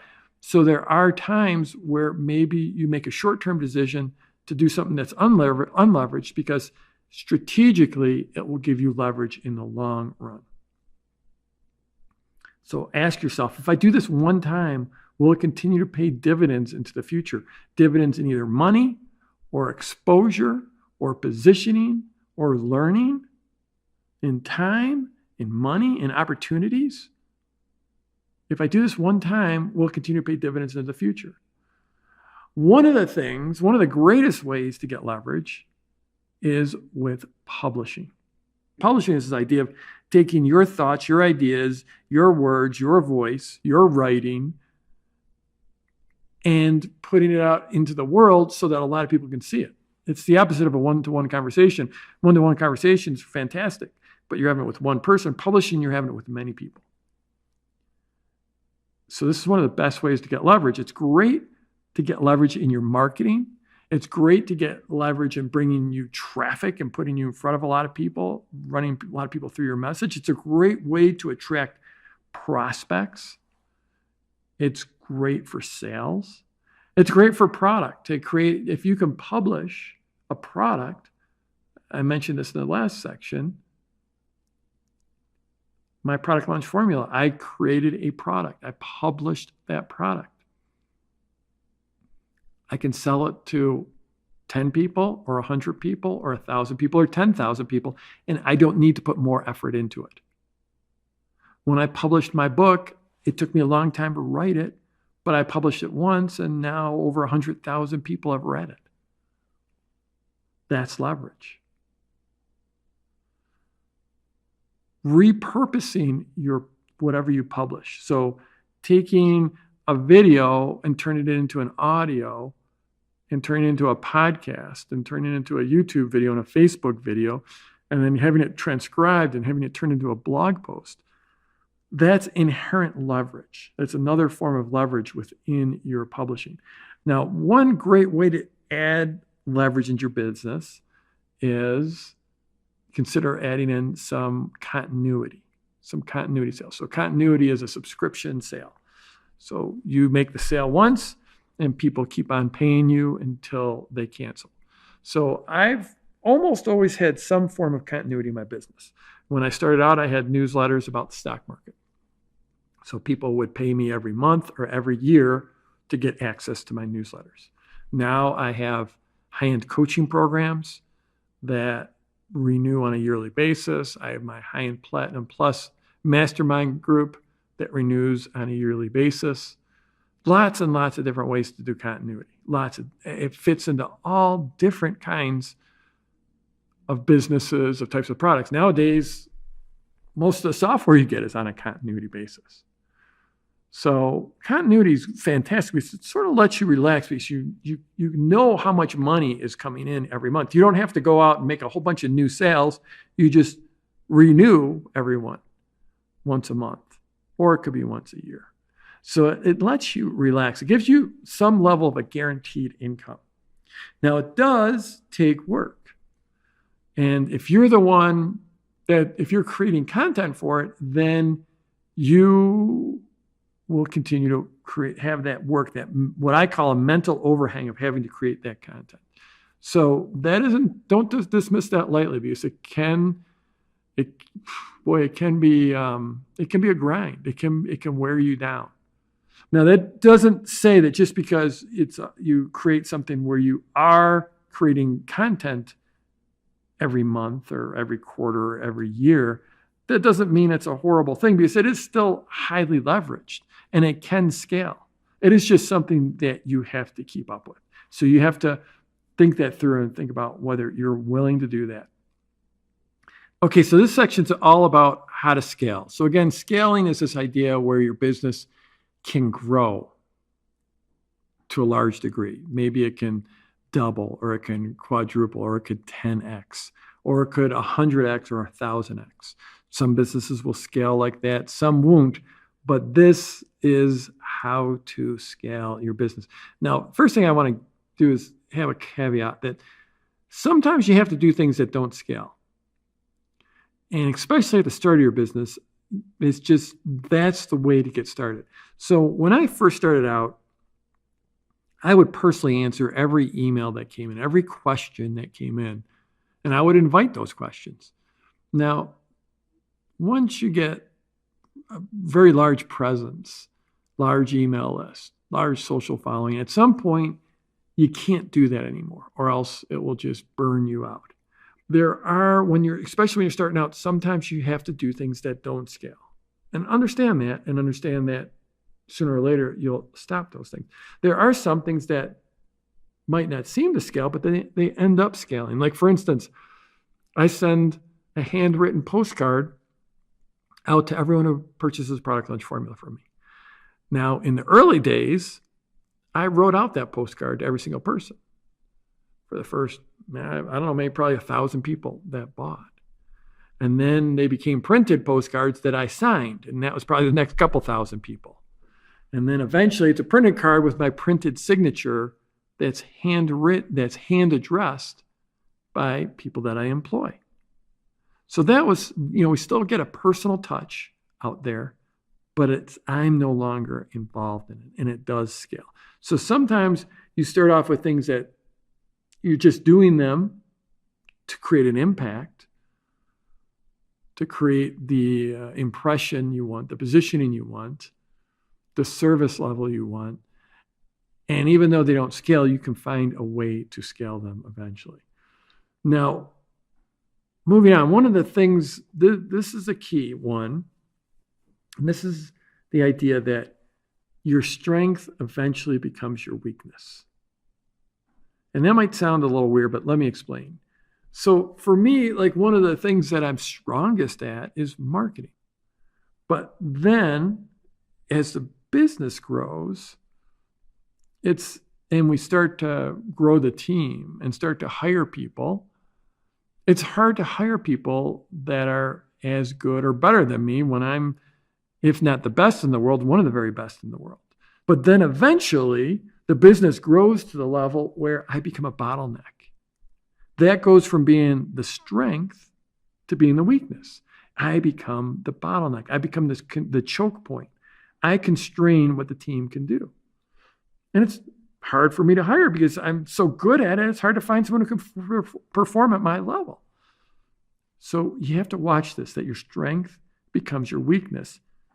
And you have to try to get ahead of it. And you have to try to hire for it. As you scale, you can't do it by yourself. There's nothing scales if it's just you. So you start to grow your team. And oh, by the way, we're always looking for amazing people on my team. We've got a fantastic team, an incredible culture. We get a ton done. We have a lot of fun. And if you're interested in checking it out and possibly being part of my team, you can go to jeffwalker.com/careers. One great way to scale is to add in another offer or another product. My friend Eben Pagan, he got to start teaching men about dating, how to get dates. And I remember him telling me he had, this really nice business that was growing, but then when he added a second product, he doubled his business almost overnight because all of a sudden now he had 2 products to sell. He had a second product to sell to people who'd already bought from him, plus he had a second product to act as a front end. And he literally doubled his business with that second offer. So there could be upsells, there could be sequential offers, there could be, cross-sells, there could be upsells, but adding in another product, adding in continuity as your second product or your third product. You could add in another sales process. So if you're using launches, maybe you add a webinar. If you're using webinars, add in launches. Or add in a second launch sequence or a second webinar sequence. So someone comes through the sequence, then maybe after you make the offer, then you deliver value for a little bit, and then you come back and you run a second sequence. It could be a webinar, it could be a product launch. And then you come back and you offer another sequence after that. They don't have to be super long, super involved sequences, but give people another chance to buy either that product or another product. Okay, so let's talk about your sales page. Now, your sales page is where it all comes together. This is where hopefully someone places their order. They put their credit card in and they buy from you. So this entire launch process this is sort of like the focal point. You've had your entire sideways sales ladder, and now you're in the open cart, and now you want people to buy from you. And so this is just like that final little focal point. So this is where you resolve the overall PS path of your pre-launch. This is where you solve that problem for people that you set up in PLC 3. This is the solution to their problems. And the solution really is to purchase your product. This is where you start taking orders. So the way this goes is you have a sales process where you're going to, within your open cart, send them to the sales page. And on this sales page, there's going to be a sales message. And hopefully they click, there's going to be a buy button. They click that buy button. They go to the checkout page. The checkout page is where they actually put their credit card in. And then, of course, after that, then there's some additional things. There's a thank you page after that. So you're driving people from your list that have gone through your launch with you to your sales page to get them to click that button to go over and check out. So there's 3 different options on your sales page. You can either have a sales video only, and we've done that many times with success. So they come to the page, and really there's just a video for you that will look a lot like one of your PLC videos, and that video will make the sale. You'll be in that video making the sale. The second option is to do a sales video with a full sales page. So this is, you would use the sales video like in that first option, but you would also have an additional, what we call a sales letter, a bunch of sales copy on that page. And then The third way to do it, of course, is to have just no sales, no video at all, and just a sales page. And I've done all three of these at different times, and I've had success with all three at different times. So which one you want to do depends a lot on your capabilities and your comfort level. Video I love video, and that's generally where I will go right now. The video, I just want to note, it can be the direct to camera, a talking head style, or it could be a screen capture video. I've been very successful with screen capture videos. The screen capture is basically they see your computer screen and they hear you speaking. So whether you do video or not depends on your comfort level. And I just have to say that, of course, no one is comfortable on video when they start out. And I think it also depends which way you go here among these three options is also dependent on your experience or comfort level in writing sales copy. I think for someone, if this is your first go around, if it's your first launch, it's your first sales process, I think it's generally easier to do well with video than it is with writing, because most people, writing sales copy isn't something people were born into. They haven't had years of experience. The reality is you have had years of experience of speaking to people. And if you can get enthused about your product and share that enthusiasm on video, that can win the day. And it's, in my opinion, easier to win the day doing that via video than sitting down and writing a sales letter if you aren't a practiced copywriter. It also depends somewhat on your product and your industry. Some products will absolutely cry out for video. That could you could use a video demonstration or with a more visual type of thing. Sometimes you don't need the video. So some products and some markets are more visual. The real answer to this, to which way to go between these three, is split testing. And whenever I say that, of course, everyone's like, doesn't want to do that. And the reality is that split testing is work. And this would mean creating a sales letter, both a sales video and a sales letter, and probably a page with just one, just the other, and with both, and testing the three of them. That is the answer. That's the best answer. But I know it's a lot more work. And it's probably not something you're doing your very, very first go around. So here's an example of our page that we use to sell product launch formula. And this is an example where we did it with just the sales video. So it's very, very simple. People come into this. The assumption is people come into this having gone through the sideways sales ladder, and they are at least invested enough to watch the start of the video. And then once the video starts, it's the job of that video to keep the viewer hooked. And so you'll see here, it says there's a button there that says register for product launch formula now. That button is actually delayed in the video until it gets to the point where I actually make the offer. Now you'll note on this page, I didn't even use a headline. We didn't even use a headline here. Sometimes we have used a headline, sometimes we haven't. Now let's take a look at an example. This is an example of Callie King. This is where Callie used a video, and she's also using sales copy. She's got a headline there, and this page it's a full sales letter. So she's using both. Obviously, this is a market when she can show herself riding a horse and she can show the horses. It plays very, very well to having video, but she also used the sales letter. So one of the things when you're using both the sales video and the sales letter, one key thing is that each one has to tell the complete story. So you have to assume that some people will just watch the video and some people will just read the letter. And so they have to each be complete in and of themselves. They don't have to be the same thing. We've seen people use almost the exact same copy from the sales letter where they almost just take the transcript, they make it read better, and they turn that into the sales letter. So we have seen that happen.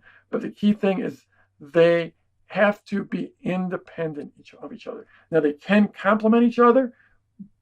They could tell a different story, but they have to tell a complete story. They each have to tell a complete story. In other words, make the complete sale. And of course, doing both is twice the work. It's a lot of effort to do either one of these. So it's twice the work to do both. And the results could be worth it. I have seen beautiful pages that convert really, really well, but you have to put the work in on both of them. You can't just do like a great video and then say, oh, I think I want sales copy and just do, a halfway decent job. you have to do a good job with both of them. So it is more work. If you're using a sales letter, whether you're using a sales letter with a sales video or without it, you need to use subheads all the way through. So I would use a headline, and the headline obviously at the top of the letter, but then every few paragraphs you need subheads. You need an additional, a sub is a secondary headline. And the way I like to think about this is, if someone's looking at a sales letter, there's like a dual reader path. There's the people that are actually reading all the way through. Most people are skimming. A lot of people are skimming from subhead to subhead to subhead, and they're deciding then if they should read the section below that subhead. So I like to think of it like a dual reader path. And one is, how does the letter read if they're just reading the subheads? And the subheads will not tell a complete story. Their job is to be very interesting, to hook people in to read what's below there. But you want to think about that experience. If they're just bouncing through subheads, can that create a secondary reader path? So big picture, the three elements of sales page is your headline or your subhead. And I know on my page, I showed you that video only page without a headline, but that's pretty unorthodox. I mean, general rule of thumb for direct marketing is headlines really super important. We did test that video without a headline, and it did work for us, but tread with caution there. In general, I think headlines are very, very important. Then you need your video and copy, and then your buy buttons. Now, in your copy, the copy needs to be about your transformation, not about the stuff. In other words, how are people's lives going to change, not how many modules they get or how many videos they get or anything like that. It needs to be about the transformation. But towards the bottom of the copy, whether it's either in the video or in the sales letter, there needs to be a section on here's what you actually get. So in general, your copy needs to be about the transformation, not the stuff, the actual things that they get, what it's made up of.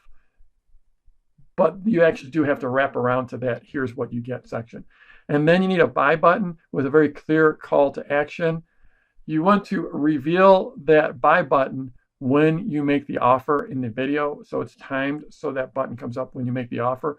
Or if it's in a sales letter, you need to make it down after you've made your complete offer. You've told them what they get, you told them how much it costs, and you tell them what the guarantee is, and you tell them what the bonuses are, and then you give them that button.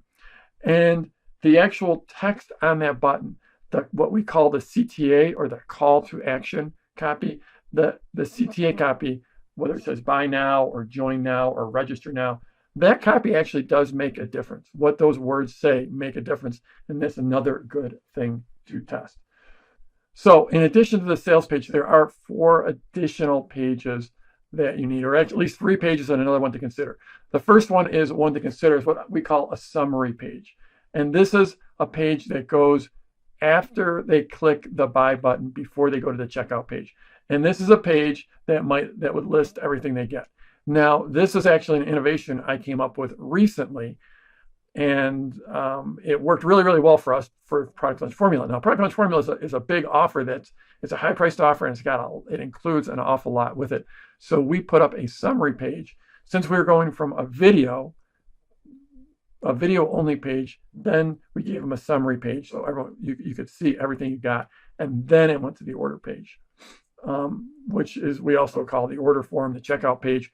So the summary page is an interesting page. If you have a complicated offer, and especially if you're using video to make that offer, you could consider having this summary page. It really worked well for us. It's not going to work in every situation. In general, it puts another click in the path, and you don't always. You generally want to reduce the number of clicks till people can buy from you. So then next comes the checkout page. We call this the order page. This is where people actually put in their credit card information. The design of this page is something to pay attention to. You want this to look like a trustworthy page. So actually this isn't something to leave to the last second and slap together. Be considerate in how you create this page, that it looks trustworthy, that it looks professional. Then you also have your thank you page. This is where you welcome people. This is after people buy from you, what page are they going to land at? And this is a page that over the last few years we've upgraded, and we've put a lot of effort into upgrading this page just to create a great experience for your new buyers, because you definitely want to take care of your new buyers. This is the first step to really building your business, is delivering a great product, and it starts on your thank you page. And then also, if your launch is going to have a definitive end, well, it better have a definitive end, but you need to have a close page. What happens if people they click through your sales page, but your launch is now closed? What happens there? And you need a page for them to land on, and you need to think about that.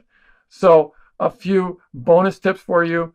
One is to make your pages mobile friendly.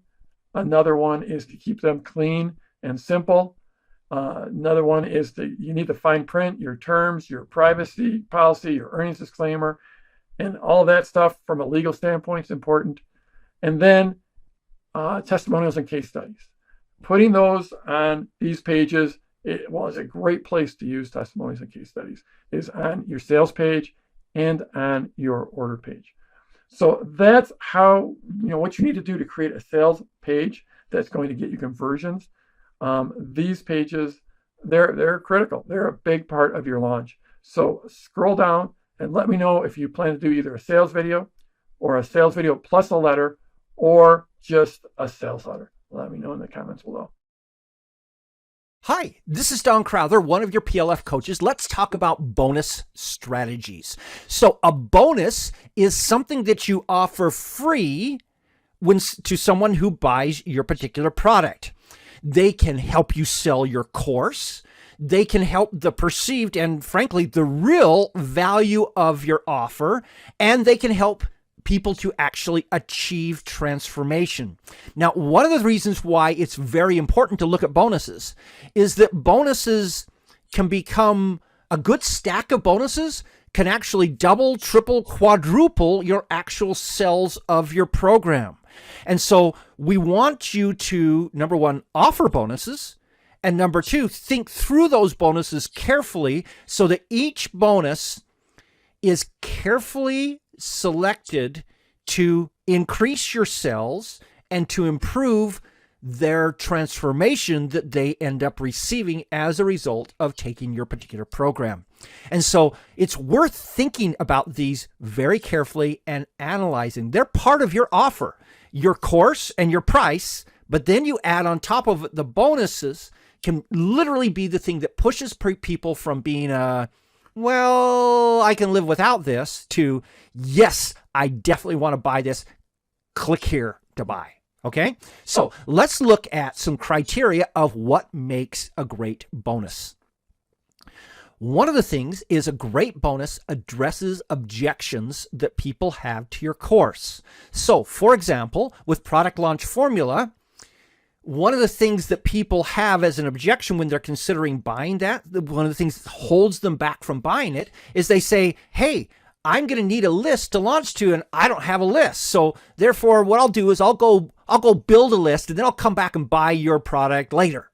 All right?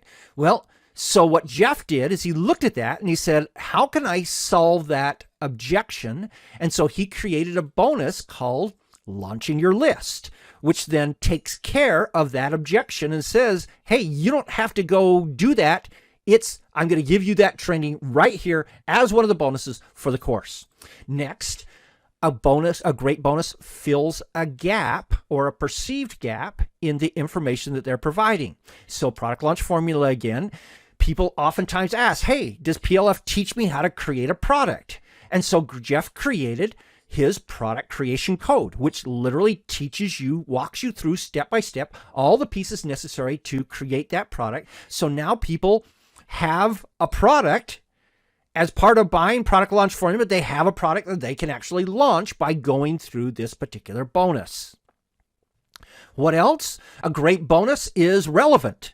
So there are many different bonuses you can put out there. The more relevant, applicable, helpful to what it is they're actually trying to achieve, the more valuable that bonus will be to them.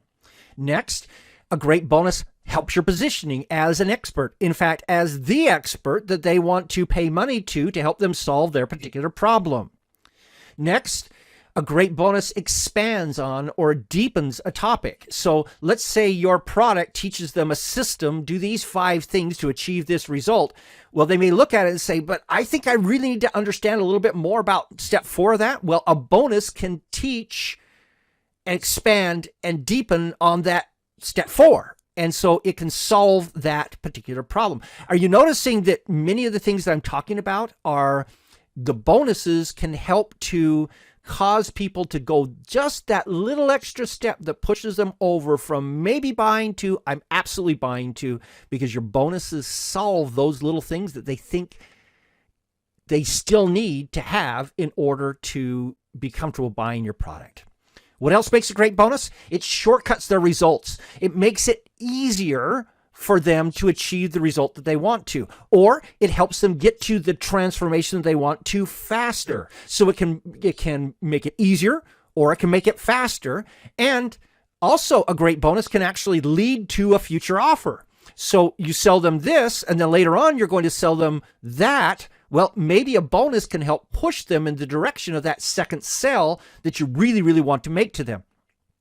And this is one of the things that I really love, is it makes them so excited to get the bonus that they're willing to buy the product just to get that particular bonus. And one of the things I love to have anytime I'm putting together a bonus structure is I want at least one bonus that is something that people go, whoa, I want that so much. I'm willing to buy the product just to get that. I actually have a personal example of that.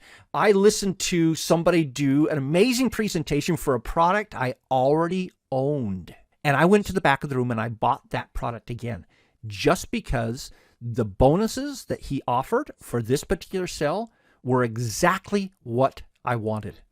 So let's talk about what you put in the bonus versus in the course, because this is really key. What most people tend to do is they put everything that they think that could possibly be needed in the course.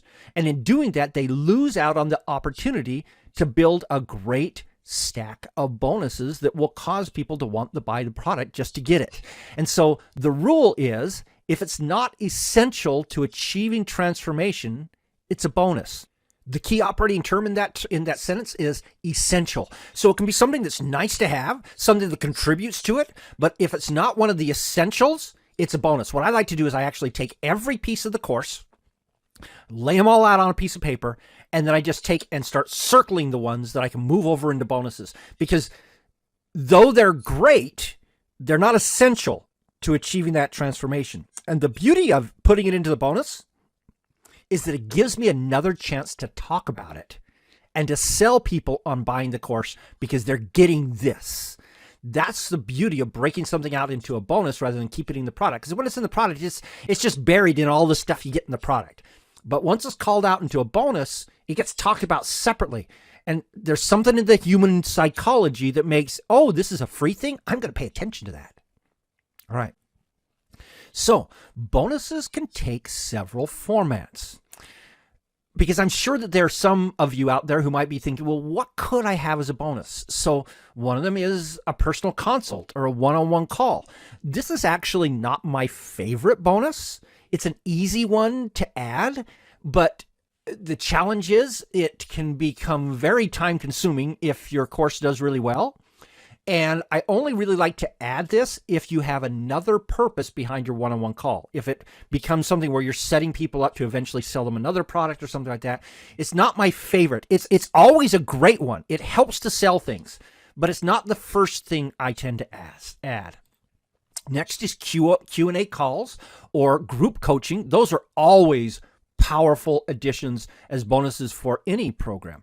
A quick start program is it's one of my favorite because you literally can get people to achieving their transformation right out of the gate. The best courses are ones that within the first week, the first module, they've already started to achieve the transformation that they're looking at. Wow, you've got people just locked in. They're not refunding. They want to go through and get everything in the course because they've already gotten this amazing win.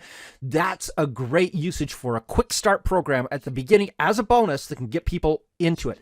And if you're selling in a launch kind of format, a quick start program is great because as your launch, let's say your launch is going to be open for 5 days. So someone who dies on day one, what are they going to do until, let's say, 7 days from now when your course actually starts? Well, you can have that quick start bonus available instantly as soon as they sign up. And so they can have gone through it. They're already happy. They haven't even started the course yet. And they've already started to achieve the transformation you're helping them to achieve. Next is a private community. Private communities can be great places where you can put people in as part of it. So this can be separate from your portal, but a separate community where people can talk amongst themselves, mastermind, get questions answered. All those kinds of things can be a really powerful bonus that can literally cause people to buy your program just to get that bonus. Especially if those things that you're offering in those done for you items are things they're going to have to do to achieve the transformation they're after. Then if you give them pre-done templates of them, wow, it's like, whoa, I won't have to do that. I'll just be able to follow your system. Exactly. That's an amazing bonus. Next, and this is one of my favorite one, is a live event ticket, which gives you all kinds of ability to sell additional things to them, to bring them into the community, to get them more involved, to get them to finish the program before they come to the live event. Amazing things happen as a result of a live event ticket as a bonus.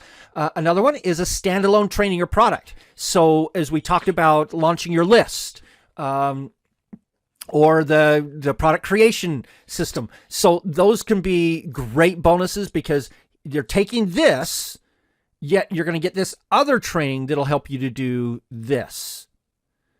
Powerful bonuses. All right. So how do you use bonuses? So one way, and this is going to get advanced tactic. Hey, this is really cool. If you segment your list when they opt in, you can actually offer specific bonuses for each segment. So if one of the things that you do is you ask people whether they actually have a business, whether they've started one, and one of the buckets is, no, I've not started a business, then one of your bonuses could be the startup guide for that business. Now, someone who says they already have an established business, that startup guide isn't going to be very appealing to them. And so you may not even offer them that bonus. You'll only offer it to the people who are in that first bucket. Here's how Jeff did that. He's got his Operation Quick Start, his Launching Your Leverage, and the Launch Partnership. Different bonuses offering based upon where they are in their segmentation as they selected their segmentation as they opted in. All right. Next is use the launch conversations to actually identify what else to add during open cart if it's needed. So one of the things that for example, as we watched the Jeff do his sales strategy for PLF 2019, there were a couple of bonuses that were literally added the night before the cart opened, because as he watched the conversations, the questions that he was asked, the comments that were made in the PLC materials, it became very clear that there were a couple of other holes that he could fill with bonuses. And so we simply created a name for it and added it to the launch literally last minute. And so it was there as the launch opened up. All right. So when do you use bonuses? A key is at the time of open cart.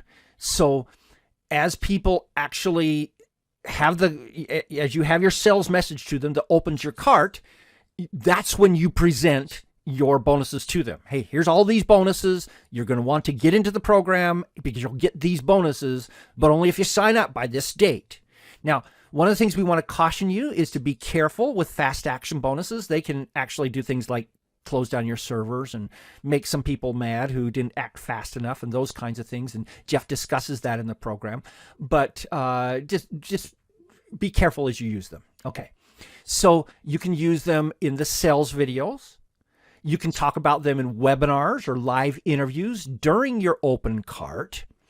And you can also actually add bonuses as you get closer to cart close. So this can be a reason for people to come back and re-look at your product. So if you add additional bonuses during open cart week, and then a few hours from cart close to persuade those last minute buyers, people that may have come and looked already and decided not to buy, or they're hanging on for the last minute trying to make the decision, sometimes that extra bonus can push people over the edge. And of course, everyone gets everything regardless of when they sign up. So you don't want people to say, oh man, if I would have waited till the last minute, I would have gotten this bonus. You just, as you present it, you say, of course, everyone gets it no matter when they purchased. So, all right. So now it's your turn. Download the brainstorming bonus exercise and list out what you could offer in your next launch. And then let's go start executing those bonuses and creating an offer that is so amazing that people just can't say no. Let's talk about mailing your launch list. And if you're not familiar with the idea of a launch list, go back and watch the previous lesson where I went deep into the whole idea of the launch list. So you want to, first things first, just put your pre-launch content behind an opt-in form or a squeeze page so people have to join your launch list to see your pre-launch content. And when they do, they're opting in to get your launch emails. Then you can start your full launch sequence. So you want to plan out and write your sequence ahead of time. And you can, well, let's be real. There's a lot that's going to happen in your launch. And I've had many launches where I'm writing the emails like 10 minutes before we send them out. But ideally, this is one thing where you can get ahead in your launch. I mean, there's a lot to do in a launch. This is one of those things that's pretty easy to get ahead of. That doesn't mean you're not going to tweak your emails. You're not going to make some changes as you get into the launch and figure out what are people's hot buttons, what are people really reacting to, what's going on in the launch. And as you're going to see, because I'm going to walk you through our sequence, some of the stuff we're just sort of guessing ahead of time and putting it in there, and hopefully it all pans out.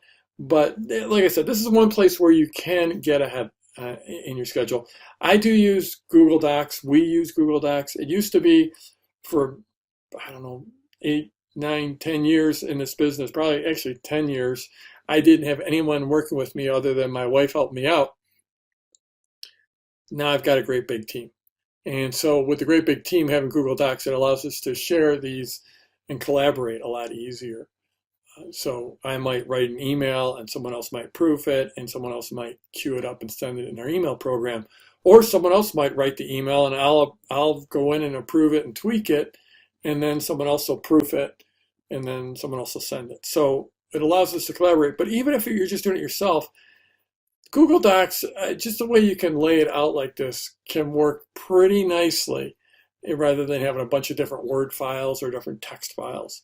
So I do like organizing it this way. So your sequence, this is your pre-launch sequence. It could have anywhere from 4 to 9 emails. That doesn't include your open cart. That's just your pre-launch. And you want to have strategy for mailing your unopens. So different email programs are different, but they generally will allow you to set up the tag to know who opens your emails and clicks through. And then you can send the people that didn't open the email, you can send them a second email to get them to try to click on over. And the way I look at this is like, if they didn't open your email, it's just sitting in their inbox. And you know, newsflash, if you're just starting to build your list, lots of people won't open your email. In fact, the majority of people will not open your email. That's just life. People, we all get too much email, and they're looking in their inbox and deciding whether to open your email or not. Most of the time they won't. So basically, if they haven't opened your email, that means they didn't vote for it. They voted against it. And so if you're going to send again to them, sending to your unopens, you want to change the subject line. Now, since they didn't open it up, it was a subject line that they voted against. It wasn't the email copy. So you don't really have to change the copy in the email. Now, generally in most email programs, you can send to unopens, and you can also send to non-clicks. So I will generally send unopens. It's a bigger universe. The non-clicks include people that didn't open and didn't click. The unopens are just people that didn't open. So that's a bigger universe. So I'll generally send to the unopens, and then you just have to change your subject line. Now, if for some reason you want to send to your non-clicks, you also have to change the copy in the email because they didn't vote for your email. Okay, moving right along. This is what a typical map for one of our launches will look like. This is the days of the week that work well in our launch for our market. Different days of the week will work differently for different markets. For instance, I've never been part of the how to get more dates for men market, but it's a big market, and I know I've heard that the best day to get your emails opened is on Saturday, like Saturday evening when guys are sitting home alone without a date. That's a great time to email them and a great time to send them a sales message. So that's a different market. Different markets act differently. This is what's been working this changes over time. But this has been what's working well for us is opening usually on Wednesday or Thursday, opening up PLC 1 right there. So we mail to PLC 1, we mail to unopens the next day. Then the next day we will send like what we call social proof email. I'll show you what it looks like. Saturday's usually not a great day for us to mail. Sunday is a pretty good day for us to mail. Monday and Tuesdays, not always the greatest days to mail. But Wednesday, Thursday, Friday do tend to be good days for us to mail. So this is what our typical mailing schedule looks like. So we'll come back with PLC 2 on Sunday, then a couple days later mail to unopens, PLC 3 on Thursday, then Friday unopens, and then on Sunday we start prepping people for the open cart, and then we do the open cart Monday through Friday. That's what works well in our market. It's like I said, it's market dependent. And there are even some people in our market that disagree with this. But this is what works well for us. But what's important is not necessarily the specific days, but this idea, the sequence. You mail the first PLC, and then you mail the unopens. PLC 2, then unopens. PLC 3, then unopens. Okay, so let's take a look at what this actually looks like for us in practice. So this is our sequence for our pre-launch, and these are just bookmarks. So the way this document works is up here we just have an index, and then we have all the various documents down here, and we have, these are just simple bookmarks that are set up that will take you down to the spot. So the way my business is currently organized as I'm recording this is once a year we do one big public launch. And so that's what this is about. Remember, these are people that are already on my list, but I'm getting them to join my launch list. I'm getting them to re-up, to opt in again, to go through this launch with me. So I say once a year. This workshop is free, is the subject line. That's been working well for us. We've tested that. Doesn't mean we're not going to change it in the future, but the idea is that we've got a workshop and it's free. And then we underline the fact that it's free. There's no credit card required, no upsells. The only thing you need to access it is your email address. I'm going to be opening, and so right here, this is something I've been doing for a number of years, is right up front, often I'll tell people, this is part of a launch. I will be opening my full course soon, but for the next 12 days, this is free.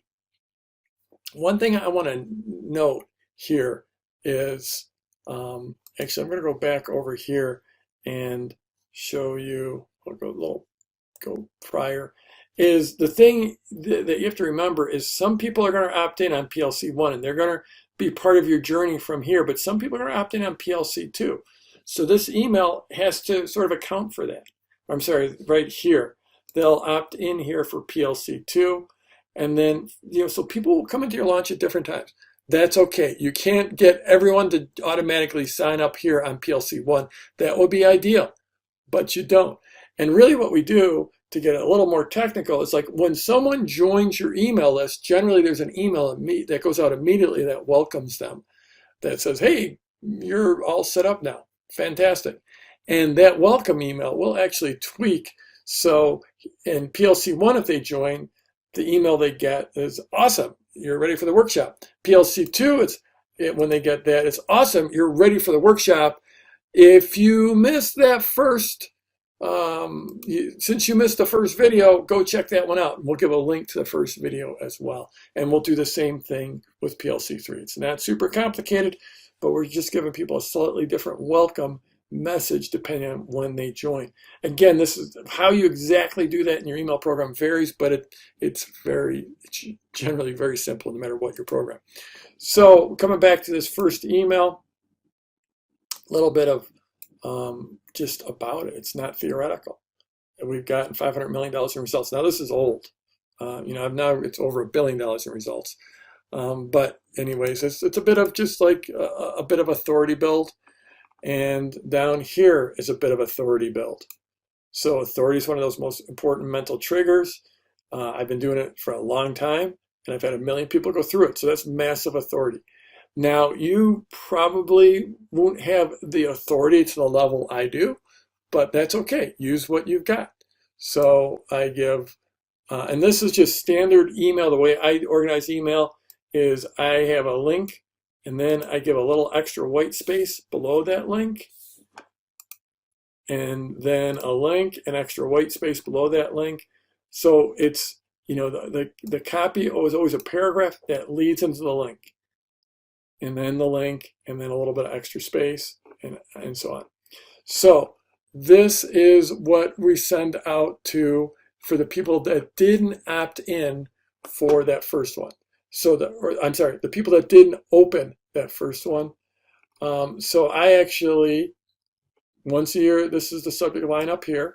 So down here, I went with a different subject line. And actually, it's not just a different subject line, but it's actually a different thought.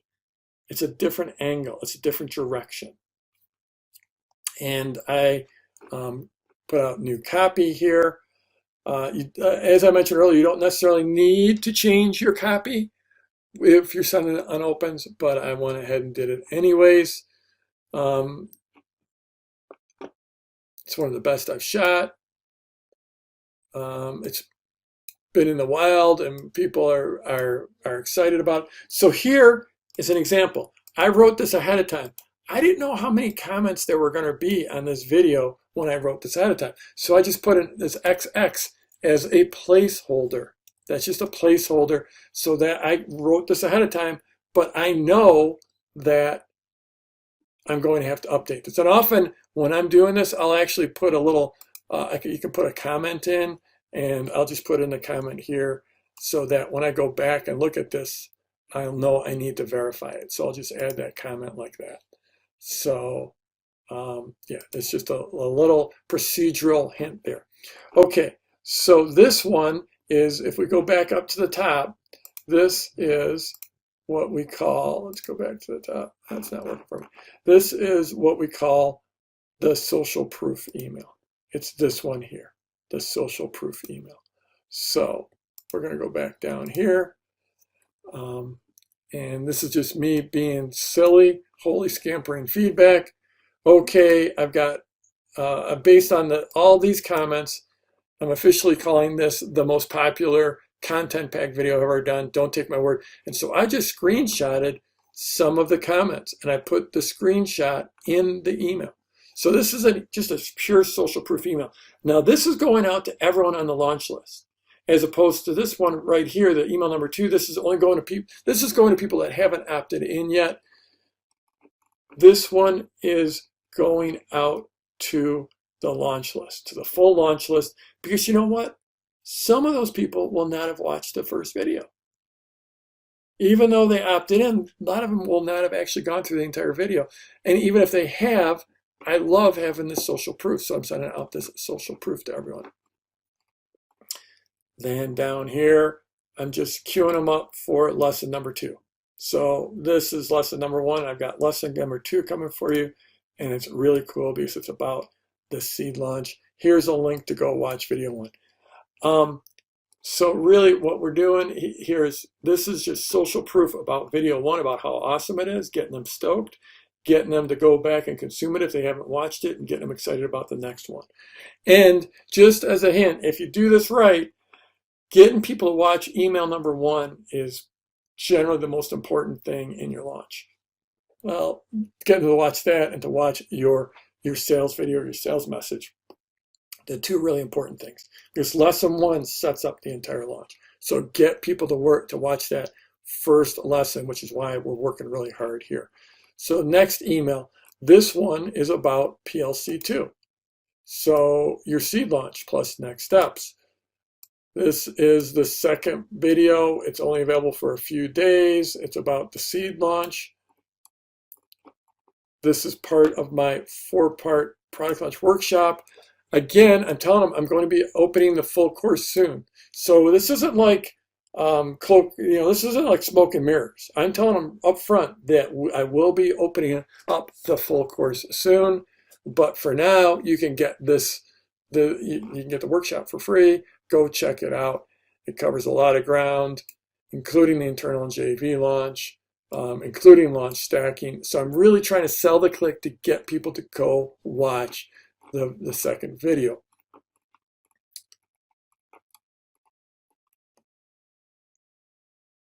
So this is the next email. This is going out to unopens, and this is again trying to push them to the second video, the second PLC. So this is coming from a different direction than this one up here. This is your seed launch. This one is the 3 tools. So a very different direction in the subject line to get those people that didn't open up. Okay, moving down, this is PLC 3. This is just, we got it, and here we put download at the beginning, which that's been working pretty well. And these subject lines, their trends come and go. Putting that up there has worked well for us over the years. It's just telling people, here you go. We got the whole thing. It's awesome. This is lesson 3. I'm going to be opening up product launch formula soon, but right now you can go get it for free. And be sure to watch. This is like a big thing for us, since this is a big PDF in their app, and people love this PDF, but I want them to watch the video. The video is more important than the PDF. So it's sort of like the PDF is this bait that we sort of dangle out there to get people to click through and opt in, but I really want them to watch the video, so that's what the PS is about. If you're new to copywriting, the PS can be super powerful. Super, super powerful. It's really, in some ways, it's the most powerful part of the email. People might start off here, but then they'll skip down and see that PS. And you always want to use that PS, and you want to use it for something that you really want people to do. I really want them to watch the video. Okay, so this is for PLC 3 on opens. Super simple, super short. Just want to make sure you got it. It's completely free. Go download it right now. And here I'm breaking my own rule. I didn't use a PS here. This is just an example of a really short email. I like to vary the lengths of my emails. Sometimes they're super long, sometimes they're in the middle, sometimes they're super, super short like this. Okay, email number 8. So now we're getting near the end of the pre-launch. We're out here now. Out here, it's Sunday. It's right before open cart. We've sent everyone all the PLCs. Now we're right at the end. So here, this is basically a summary. It's just a summary. I have this, sort of a silly subject line. It's a summary. I've sent you 3 lessons. Tomorrow I've got 1 more lesson. It's about moving forward. And towards the end of the lesson, I'll give you the details about my product launch formula coaching program. We're going to be opening up registration tomorrow. In the meantime, if you missed any of these lessons, go watch them. So right now, it's the night before we open up. What's the thing I want them to do most? I want them to be thinking about this launch. I want them to think about the product, and the best way is to have them go through all the lessons. So I give them a link to take them back to the PLC. Just the PS is a reminder that, we're going to open up tomorrow morning.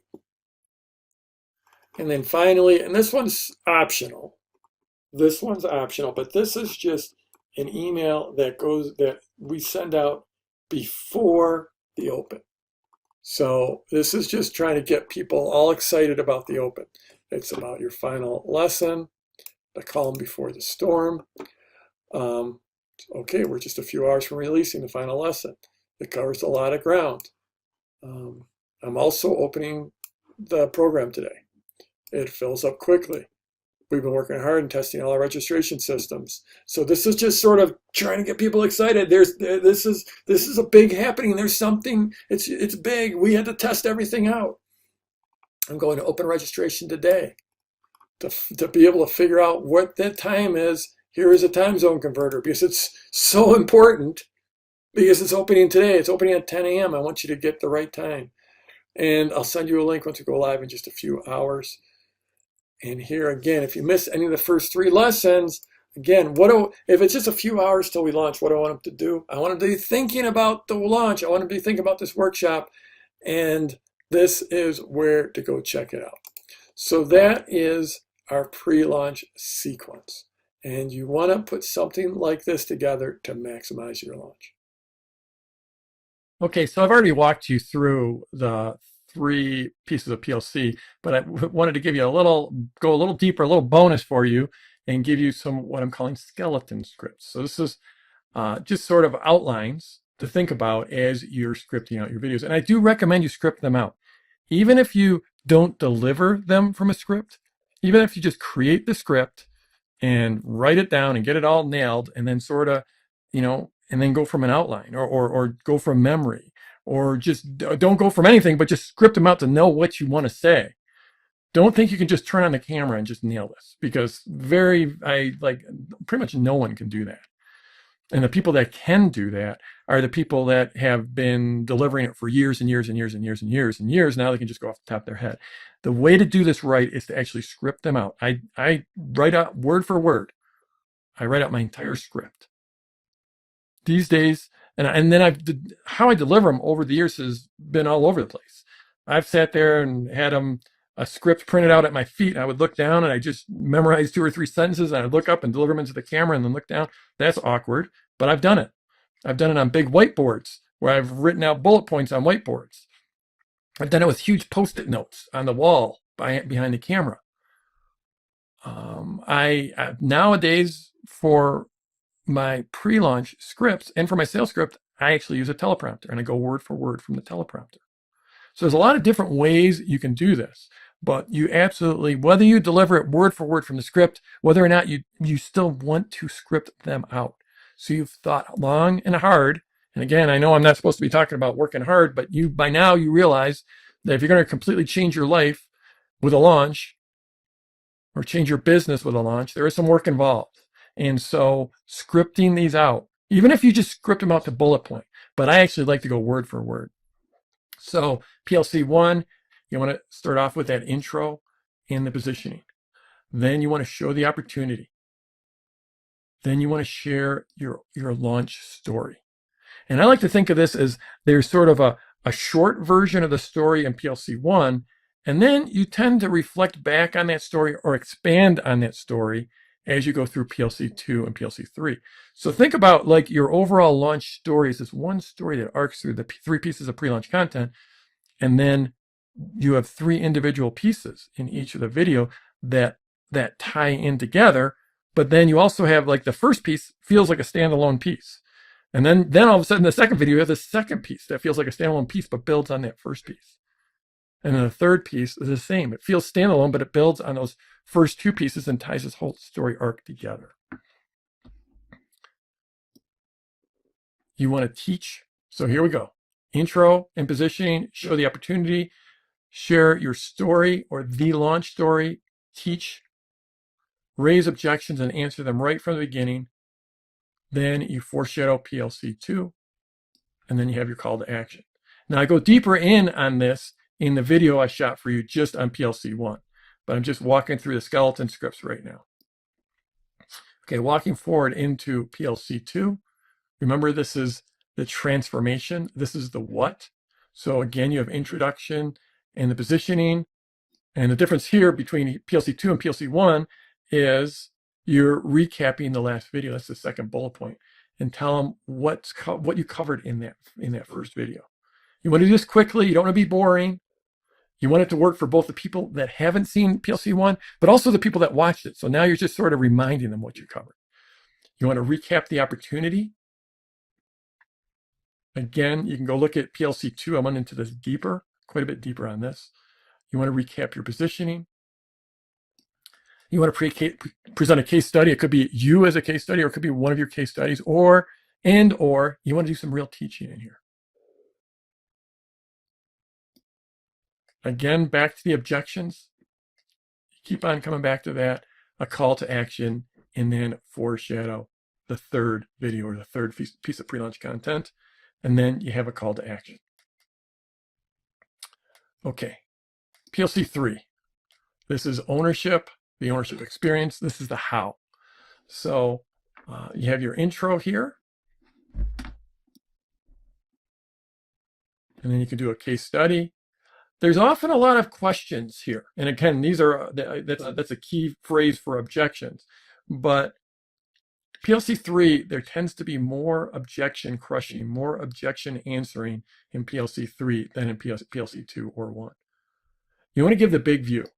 And this is sort of harkening back to the opportunity or their journey, but this is the big view of how their life is going to change, what it's going to be like to not only own your product, but own the transformation that they're going to have, the transformation in their life. Then you want to pivot to the offer and create a soft landing. Again, go watch that video on, I walked through exactly how to do this when I walked through PLC 3. So definitely go back and watch that again. You want to seed the scarcity or the limit on your launch offer, and then you want to have a call to action. So again, this is just sort of your skeleton script and how to put it together for each one of the pieces of pre-launch content. And I definitely would recommend actually writing out your entire script, the entire thing. Whether you deliver it from a script or not, you want to script the entire thing. Okay, so this video is all about creating pre-launch content. It's about the different types of pre-launch content and actually the tools that we use to create the pre-launch content. So a few things that are important to remember to start with is this term horses for courses. I think of it as Australian term. The first time I heard it was from some Aussies. And this is the idea that different horses are better for different race courses, and different types of pre-launch content are right for different situations. So just because you see someone doing a launch with some certain type of pre-launch content doesn't mean you have to do it that way. Just because you see me using some fancy video, doesn't mean you have to do fancy video. So it's all about what's right for your situation, and what you use depends on your situation and your assets, what you can pull off. These days I have got a video studio. I've got a bunch of great video equipment, and I've got a great videographer and director producer who also happens to be my son Daniel. But 5 years ago I didn't have any of those assets, and it was really difficult for me to do full motion videos, so I did a lot less of it. And another thing is you do not have to, you can totally do a launch without using any video whatsoever, but video really is great for lots of situations. And the reason is because you will do best, your launch will do best if you put forward a very human face. In other words, no one wants to buy from some big corporation. They want to feel connected to the people they're buying from. So you should never feel worried about presenting some of your personality within your marketing. In fact, that's one of the things that has set me apart right from the very beginning, is I didn't try to look like some big corporation. And even way back, in 1996, 1997, when I was getting started and everyone was trying to appear like some big fancy corporation, I just intuitively felt that it would be better if I just spoke in a more personal, warm voice, and people realized I was a real human. Nowadays, a lot more people realize that, and we see even the largest companies trying to appear a lot more human. And frankly, that's one of the advantages you have, or most of us have. The people who are going to be watching this tend to be in smaller businesses, sometimes often even micro, tiny businesses. And one of the advantages we have over large companies is that we're very human, and that people can really build a connection with us.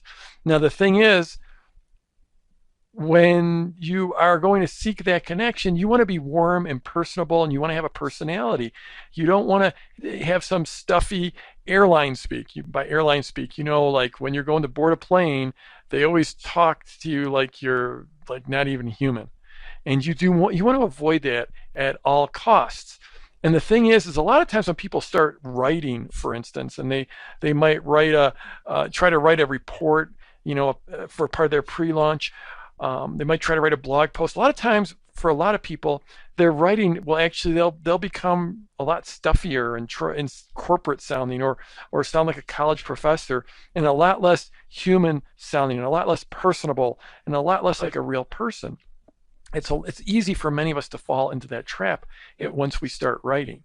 But turn a video camera on, and maybe the first few times will be awkward, but our humanity just instantly shines through when we do video for most of us.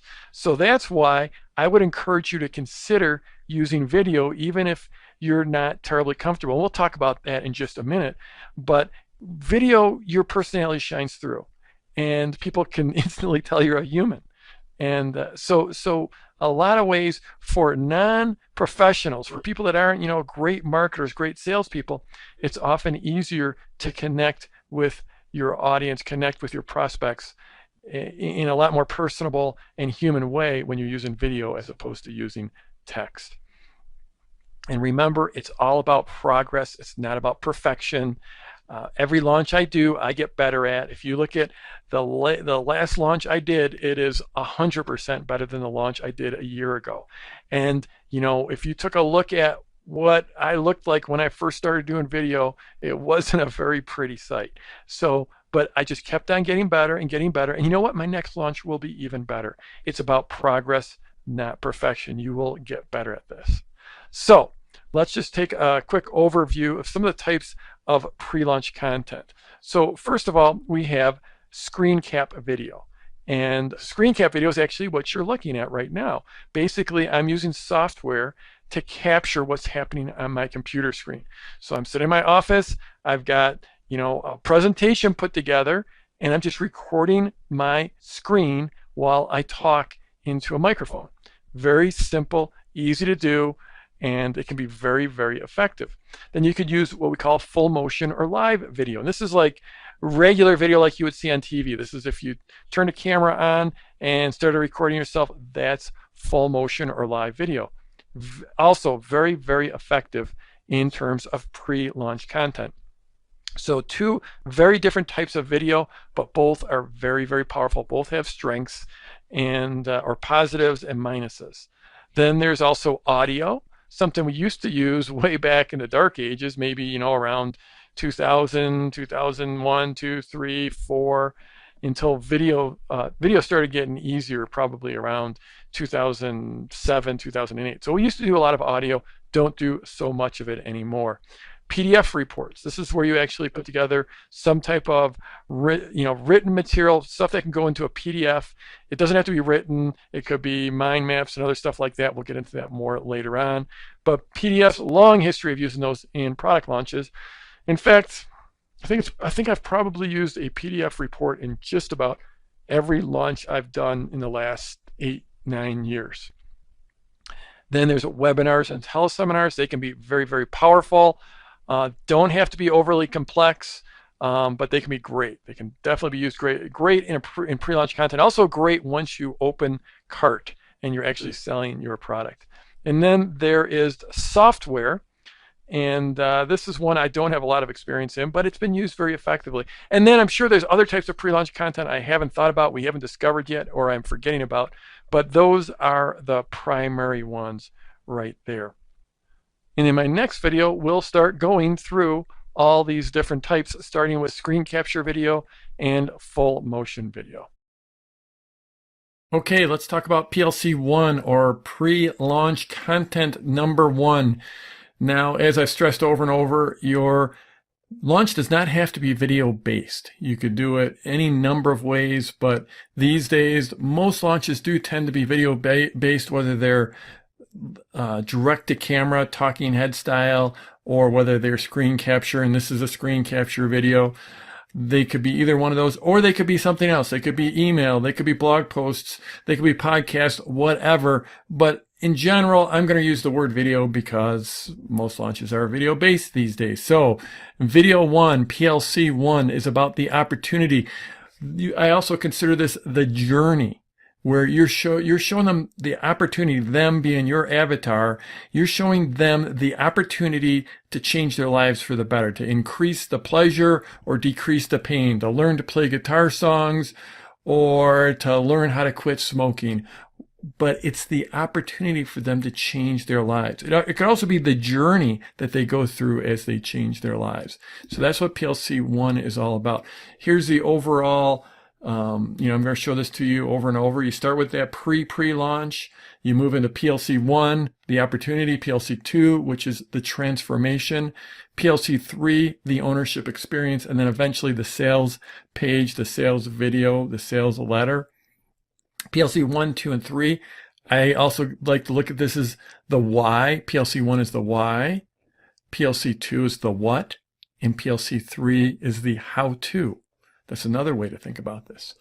So we have those 3 pieces of content. One of the things that's really important is understanding who your avatar is, who your prospect is, what their pain points are, what their desires are, what keeps them up at night, what are the dangers in their lives, what are the big opportunities in their lives, what do they really want, what are their hot points, what are their top fears and frustrations, what do they really want, what do they desire.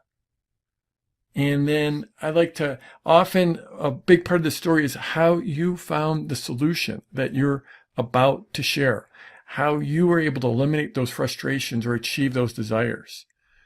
And why have you decided to share it? Now, for me, in sharing Product Launch Formula, a lot of this is tied to my story because I had this issue. I didn't have a business. I needed to create a business. Then after I had a business started, I needed to figure out how to sell and how to sell in in an honest and way with integrity, with congruence. So it very much was my story. There's a chance that your story might not be your avatar story. For example, I had someone who, came to me and so they were a psychologist and they were helping people with problems that they never had. And that's fine. You can do that. You can tell the story of your clients and the successes and transformations that they've had. So it doesn't have to be your story. But often with my Product Launch Formula owners, I've noticed that it is about their story that they're sharing. So the overview is that this is about the why. You really need to understand your prospect and what they're looking for and what they're moving towards and what they're moving away from. And then you have to answer that why question. Why should they care? Why should they spend their time paying attention to you? And the why is because of this opportunity for them to have a dramatic change in their life. Even if it's learning to hit a better serve in your tennis game, it's still a transformation of something that they're interested in or they're passionate about.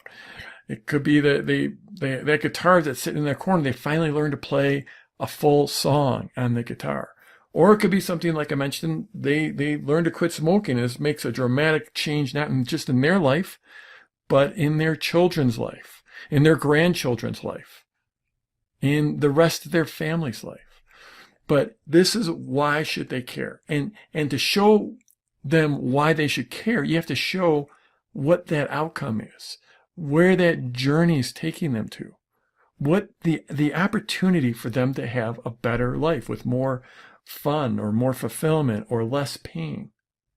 This is just a general recipe for pre-launch, for PLC 1. You want to show that opportunity, show how their life is going to positively change, show what it could look like, what their life could look like. Again, with Product Launch Formula, I talk about the before and after, what my life was like before and what it's like after, before I had a business, before I had a good income, before I had freedom in my life. And then I talk about it after. And I can talk about my Product Launch Formula owners over the years and the transformation in their life. That's the opportunity, to have this vastly different life, to have a vastly greater income, to have a greater impact on the world, to be able to share your work with the world and help people, to be able to have freedom of time, freedom of who you hang out with, the freedom of who you work with, the freedom of where you live. So that's the opportunity that I'm sharing. The opportunity you'll share will be very different, but you have to think about what that opportunity is and then show and tell how their life is going to change. Number 2 there is positioning. What is your positioning? Why should they listen to you? Well, a lot of times people look at me and they say, Jeff, you've got this amazing positioning, but the reality is I didn't have it when I started. But you can, just by starting to publish and putting out great pre-launch content, that will show your positioning. In this module, we'll show you some PLC that some of our students have shown, and you can see how they create positioning in their life. The number 3 there is teach. It's important that you just don't go on and on and on and on about the opportunity. People will get sick of that. So you can open up, you can share that opportunity, but then you do move to teaching. Again, just using myself as an example, in my first video, I build this opportunity, I build this positioning, but then I actually go in and I teach the sideways sales letter, and I teach it to a very deep degree. Then number 4, this is the thing that a lot of people miss, is that no matter what you're selling, there's going to be objections. People are going to have objections to what you're talking about, to objections to how their life can change, to whether it will work for them, to whether it will work in their situation. And you need to talk about those objections. You can't just put your head in the sand and pretend they don't exist, because there's always going to be a number of objections. There's usually going to be 2 to 3 really big ones and then a bunch of smaller ones. And you don't need to raise and answer every single one of them, but you definitely need to raise and answer the top 1 or 2. And here's a hint. Just because you answer them in this video doesn't mean then they're gone forever. You need to keep on coming back to them and continue to answer them. Just don't pretend that they don't exist. Don't ignore them. That's one of the real powers of Product Launch Formula. It gives you these 3 videos plus your sales video plus the email copy all in between to continually talk about these objections and answer them. Because that's one of the most effective ways to make sales, is to remove the objections.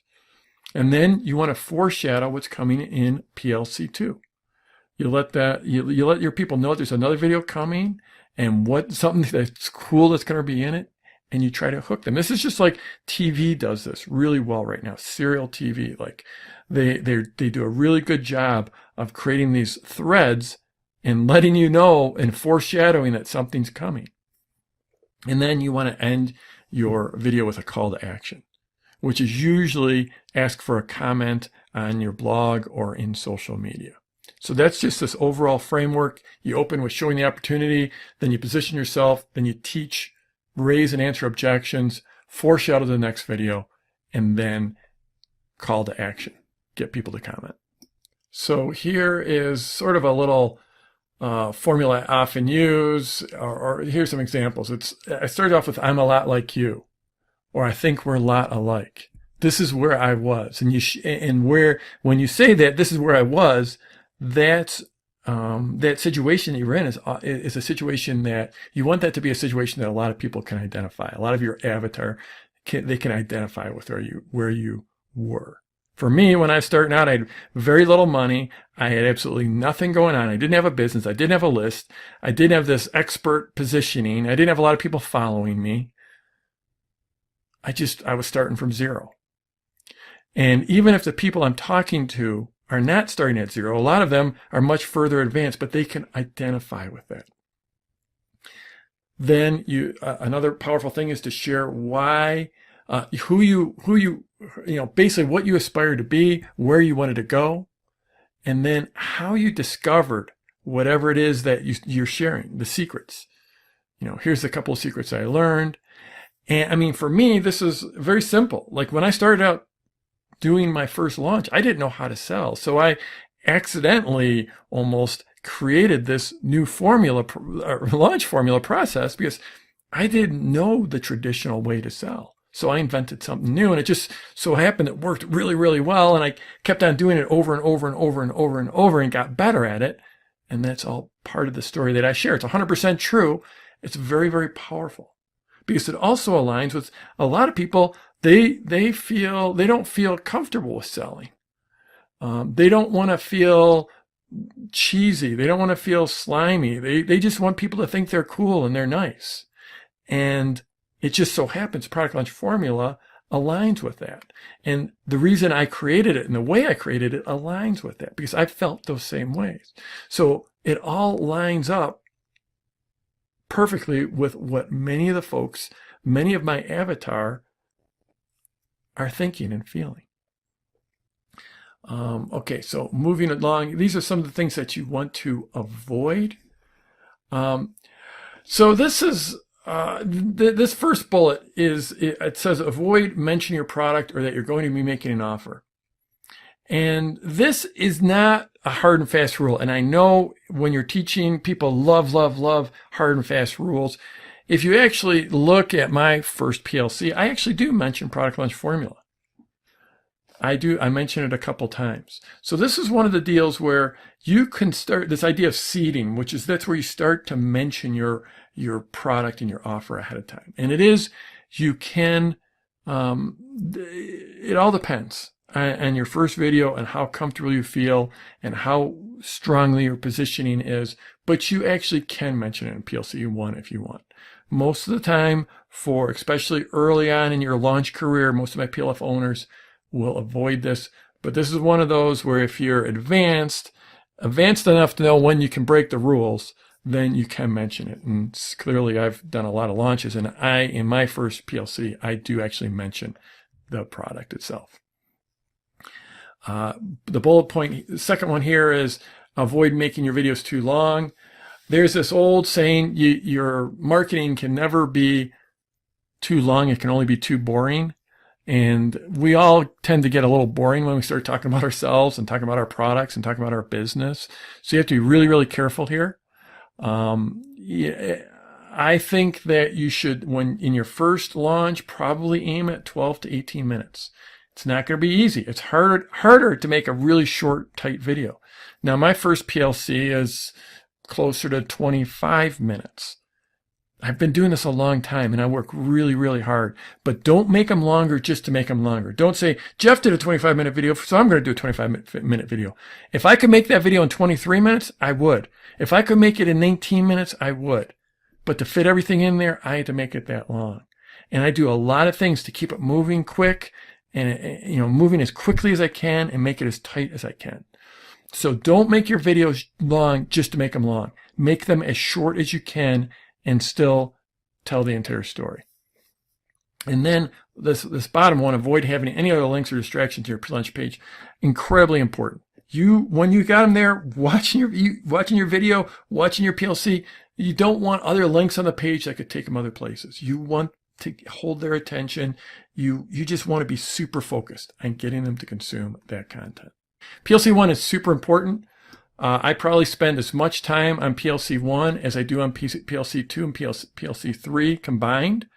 It's just, this is the one that sets the tone for your entire launch. So PLC 1 and your sales video, probably the two most important pieces here. PLC 2 and 3 are important, and I'll walk through the checklists or the whole formula for those as well, but just make sure, just nail PLC 1. That's the most important. Okay, so now we're going through PLC 2, which is the transformation. So here again is the quick overview. So it starts with the pre, and then the PLC 1, which is the opportunity. I also like to call it the journey. PLC 2, which is the transformation. That's where we're at. Another way to think about this is PLC 1 is the why. PLC 2 is the what. PLC 3 is the how, or the how-to. So quickly, the overview. This is about the what. This is about the transformation in their lives, how it's going to change. And there's generally more teaching in PLC 2 than in PLC 1. You want to dig deep in some type of tip or strategy here. For example, in my PLC 2, when I'm selling PLF, then the first one is about the sideways sales letter, which is this overall structure of the launch. The second video is I go through the main 3 primary types of launches, and I go deep on the seed launch. So I go into some real deep teaching there. So here's an overall framework for PLC 2. You want to open up with a thanks and a recap for PLC 1. You want to thank people for their comments and questions from PLC 1 and give a quick recap of PLC 1. Now, the thing to remember is that there's sort of 2 universes of people that are going to be watching PLC 2. And it's very simple. It's going to be people that have seen PLC 1 and people that haven't.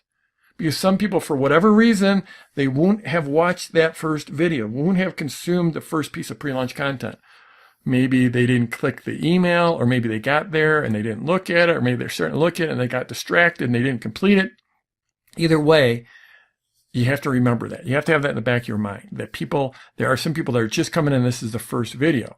So even if they come in and they hear you thanking people for the comments and the questions and the reactions from PLC1, even if they haven't seen PLC1, that's fine, because then that's sort of getting them thinking, well, maybe I should go check that out. And then you want to give that quick recap. You don't want to spend 20 minutes doing that. You want to spend 30 seconds or 45 seconds doing that. And you want to remember, again, there's those two universes. So even if someone has seen PLC1, they might have seen it a few days ago. So a quick recap is great. And thanking them for their comments and questions is great, because even if they didn't leave a comment or question, they still, it's building the social proof. It's building the social proof. And then they're thinking, well, maybe I should comment on this one, and then he'll thank me in the next time around. So one of the things you can do with this recap is you can go watch how TV does it, because they're doing such a great job. There's so much great TV now, and I'm not a huge TV watcher, frankly, at all, but it's gotten a heck of a lot better than it used to be not that long ago. And if you look at some of the series fiction that's happening right now, and you watch how they sort of quickly can recap maybe a whole season or 2 seasons in just a few seconds, then you can certainly recap one video in a few seconds as well. So that's how you want to open this first video. Because remember, this is a story arc over the 3 videos. It's not like individual videos. You want to tie them together. You want to recap the opportunity. That, the first video is all about that opportunity, and you want to keep on showing that opportunity, because that's the bright shining star in the future for people, is that opportunity to change their lives, to have more pleasure and less pain, whatever it is, whatever your niche is, you're changing someone's life, and you want to keep on recapping that opportunity for their life to be better. Don't assume they've seen that or paid attention to it or remember it from PLC1. And even if they have, even if it's still vivid for them, it's still a great thing to revisit that opportunity. You want to recap your positioning. You don't want to necessarily hit them over the head really hard with this, but you always want to remind people why they should be listening to you. Then you get into the meat of it, where you're doing some real teaching. In here, you could present a case study, or you can just talk about someone you've worked with, or you can talk about your results. And then you do some real teaching. And you'll see this in the example videos we've got for you from other PLF owners, as well as in what I've done in my videos. And then again, you come back to crushing those objections. You want to talk about the top 2 or 3 objections, raise them, and answer them. And then, similar to the way we did it in the first video, the first PLC, you want to foreshadow the next PLC. You want to let them know there's something coming and what's going to be cool in it. And you want to build anticipation for it. And then the call to action, the acronym there is CTA for call to action. And again, this is generally you want to ask for a comment on your launch blog, or maybe a share in social media. Okay, now some examples here. And these are just some phrases you might want to think about sprinkling in. Use them. Definitely put them in your voice. So at the beginning, thanks for all the comments on that first video. It's just awesome. Now, this is super kinder and gentler kind of wording. It's awesome to know there were so many kind-hearted souls. I would probably, thanks for all the comments. It's just awesome that there's so many people that are really interested in creating a business that they love. Something along that lines. In the last video I showed you, this is how you lead into that recap. And I show and how I discovered the answer. That's also part of that recap. And what's possible. That's leading into the vision for their future, for that opportunity, for this bigger, better, greater life. Now I want to take you deeper into this area. That's how you would transition into some of the teaching. A lot of the people have been asking about, that's how you lead into the objections. So like I've talked about here for this one and for PLC2 and for PLC1, that we have to raise and answer objections. Okay. But it isn't like you're going to say, hey, I know one of the objections a lot of people have, or a lot of people have been objecting to this because of this, or a lot of people don't believe me with this. It's just like, a lot of people have been asking me about this. And then you talk about the objection. A lot of people have been asking me about how do you launch without a list? And then I go into the objection, which is I don't have a list, right? A lot of people have been, they've told me that they've tried to grow tomatoes and they keep on getting eaten by the rabbits. And let me tell you how I avoid that. And frankly, I'm not a big tomato grower, so I don't know if rabbits are a problem, but I'm just making that up. But that's how you lead into objections. A lot of people have been asking about, their fingers get sore when they try to learn a song on the guitar. A lot of people have been, a lot of people have been asking me about, like, when they try to meditate, all these stray thoughts that come in their head and they don't feel like they're doing it right. That's how you raise those objections. Really important. In the next video, of course, you're foreshadowing the next video. And then just scroll down, leave a comment for me. Tell me what you think about this. Tell me what your number one question is about creating a meditation practice.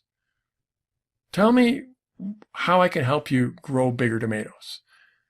So when you ask for that, don't just say scroll down and leave a comment. Say, scroll down and tell me what you're thinking about this. Scroll down and tell me what your first launch would mean to you. Scroll down and tell me how you would feel if you could hit the ball 20 yards further off the tee when you're golfing. That's how you ask for comments. You want to direct people and tell them how to leave a comment, what to comment about. And if you do that, you'll get probably 3 or 4 or 5 times more comments. Now, just a few tips for making your content more powerful. The video length. I sort of talked about this at length when I was talking about PLC1, but don't ever look and say, boy, so-and-so's videos are so long and I got to make mine that long. You need to make them as long as they need to be and not 1 second longer. I know there are times in the past where I've had PLC3 was like 50 minutes long, which is insanely long. But I really felt like the way I'd put it together, it needed to be that long. But you know what? Originally it was 55 minutes long. And I worked and I worked and I worked and I worked to get it down to 50 minutes. So it's not like I sit down and say, boy, I want to make a 50-minute video. Or my PLC one's about 25 minutes or so. It's not like I sit down and say, oh man, this is only 21 minutes. I got to figure out some way to make this 4 minutes longer. No, what's happening is that's initially like a 35 or 40-minute video. And then I cut it and I cut it and I cut it. And when I'm talking cutting, I'm talking about like, I'll script these out. I actually have a word-for-word script. And I'll just keep on deleting and tightening it, and then I'll put it away, and then I'll come back to it, and I'll tighten it, I'll tighten it, I'll tighten it. So if you see it as 25 minutes long, that's the final video. Believe me, it started off a lot longer. And I found ways to cut it. And I cut it to what I consider cut it to the bone and couldn't make it any shorter and have it do what I wanted it to do. You need to do the same thing. You want to make them as short as you can and tell the complete story. Don't say, wow, Jeff's is 25, I'm going to make mine 25. It's only 18 now, but I got to figure out some way to fill those other 7 minutes. Make it as tight as you can. And as you get more and more and more experienced at creating a more compelling, tighter messaging, then you can you can give yourself a little more leeway and make it a little longer, but always make it as short as you possibly can. Now I've got screen capture versus full motion. A lot of people don't want to do full motion, direct to camera, we call it, talking head kind of video. And because they don't feel comfortable doing it. And if that's the case, then you go ahead and use screen capture. For example, what I'm doing right now is screen capture. In a lot of ways, screen capture is technically easier, but to make a really interesting, compelling PLC video, it's often actually a little bit harder. And when people can see your face on camera, it does create a more powerful connection to you. And if you're, and it's generally makes you feel more real and relatable. And so if you can, I would go direct to camera. It tends to feel more natural and more informal, and it makes you easier to connect to. Now, the thing is to do that, you have to be on camera, and it's initially can be hard. And people say, oh, Jeff, you're such a natural on camera. And the reality is there's nothing natural about me on camera.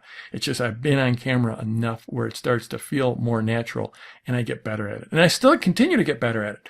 I'm way better this year than I was last year. And that's one of the reasons you might have noticed on my blog, I put out a weekly video, a weekly free video. And since I started doing that, and all year long I'm recording video for that, then when it comes time to do my launch videos, I'm a lot more comfortable on camera. It's just, I've just spent 52 times in the last year being on camera. Now it's time to do pre-launch video, no problem. So, that last bullet here, the most important thing is that you're comfortable. So given the choice between having you do direct to camera where you're not comfortable versus screen cap where you are comfortable, do the screen cap where you are comfortable. On your launch pages, you always want to link your previous pre-launch content. So when they're watching PLC 2, they can click over and see PLC 3 really easily. And another thing, this is something that we've really just started doing in the last few years, is if you add in a PDF, some type of a worksheet, a checklist, a mind map, people love that. They absolutely love that. Okay, PLC 3. This is where we're bringing it home. This is what we call the ownership experience, or frankly, I'm starting to just call it ownership. This is the ownership video. So here we are in our overall map. Talked about this already a few times. We have the pre, then the PLC 1, PLC 2. Now we're on PLC 3. Another way to think about this, well, it's the opportunity, the transformation, the ownership experience. Sometimes they have PLC 1, I call it the journey. So it could be the journey, the transformation, and then ownership, or opportunity, transformation, ownership. Another way I like to think about this is why for PLC 1, what for PLC 2, and how to for PLC 3.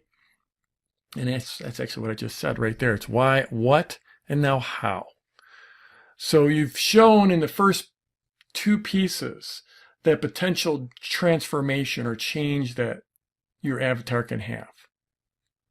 They're moving towards more pleasure or away from pain, no matter what you're selling. Okay. The ultimate answer of this whole journey through the PLC is to buy your product. And by the end of PLC 3, they're going to see that. That's what you want. But first, you really have to continue to build value. And that's a key thing in PLC 3. This is all about having them feel what it's like to own that transformation and to own your product. That's why we call it ownership. So here's the framework, the overall recipe for PLC 3. Starts off with thanking them and showing excitement.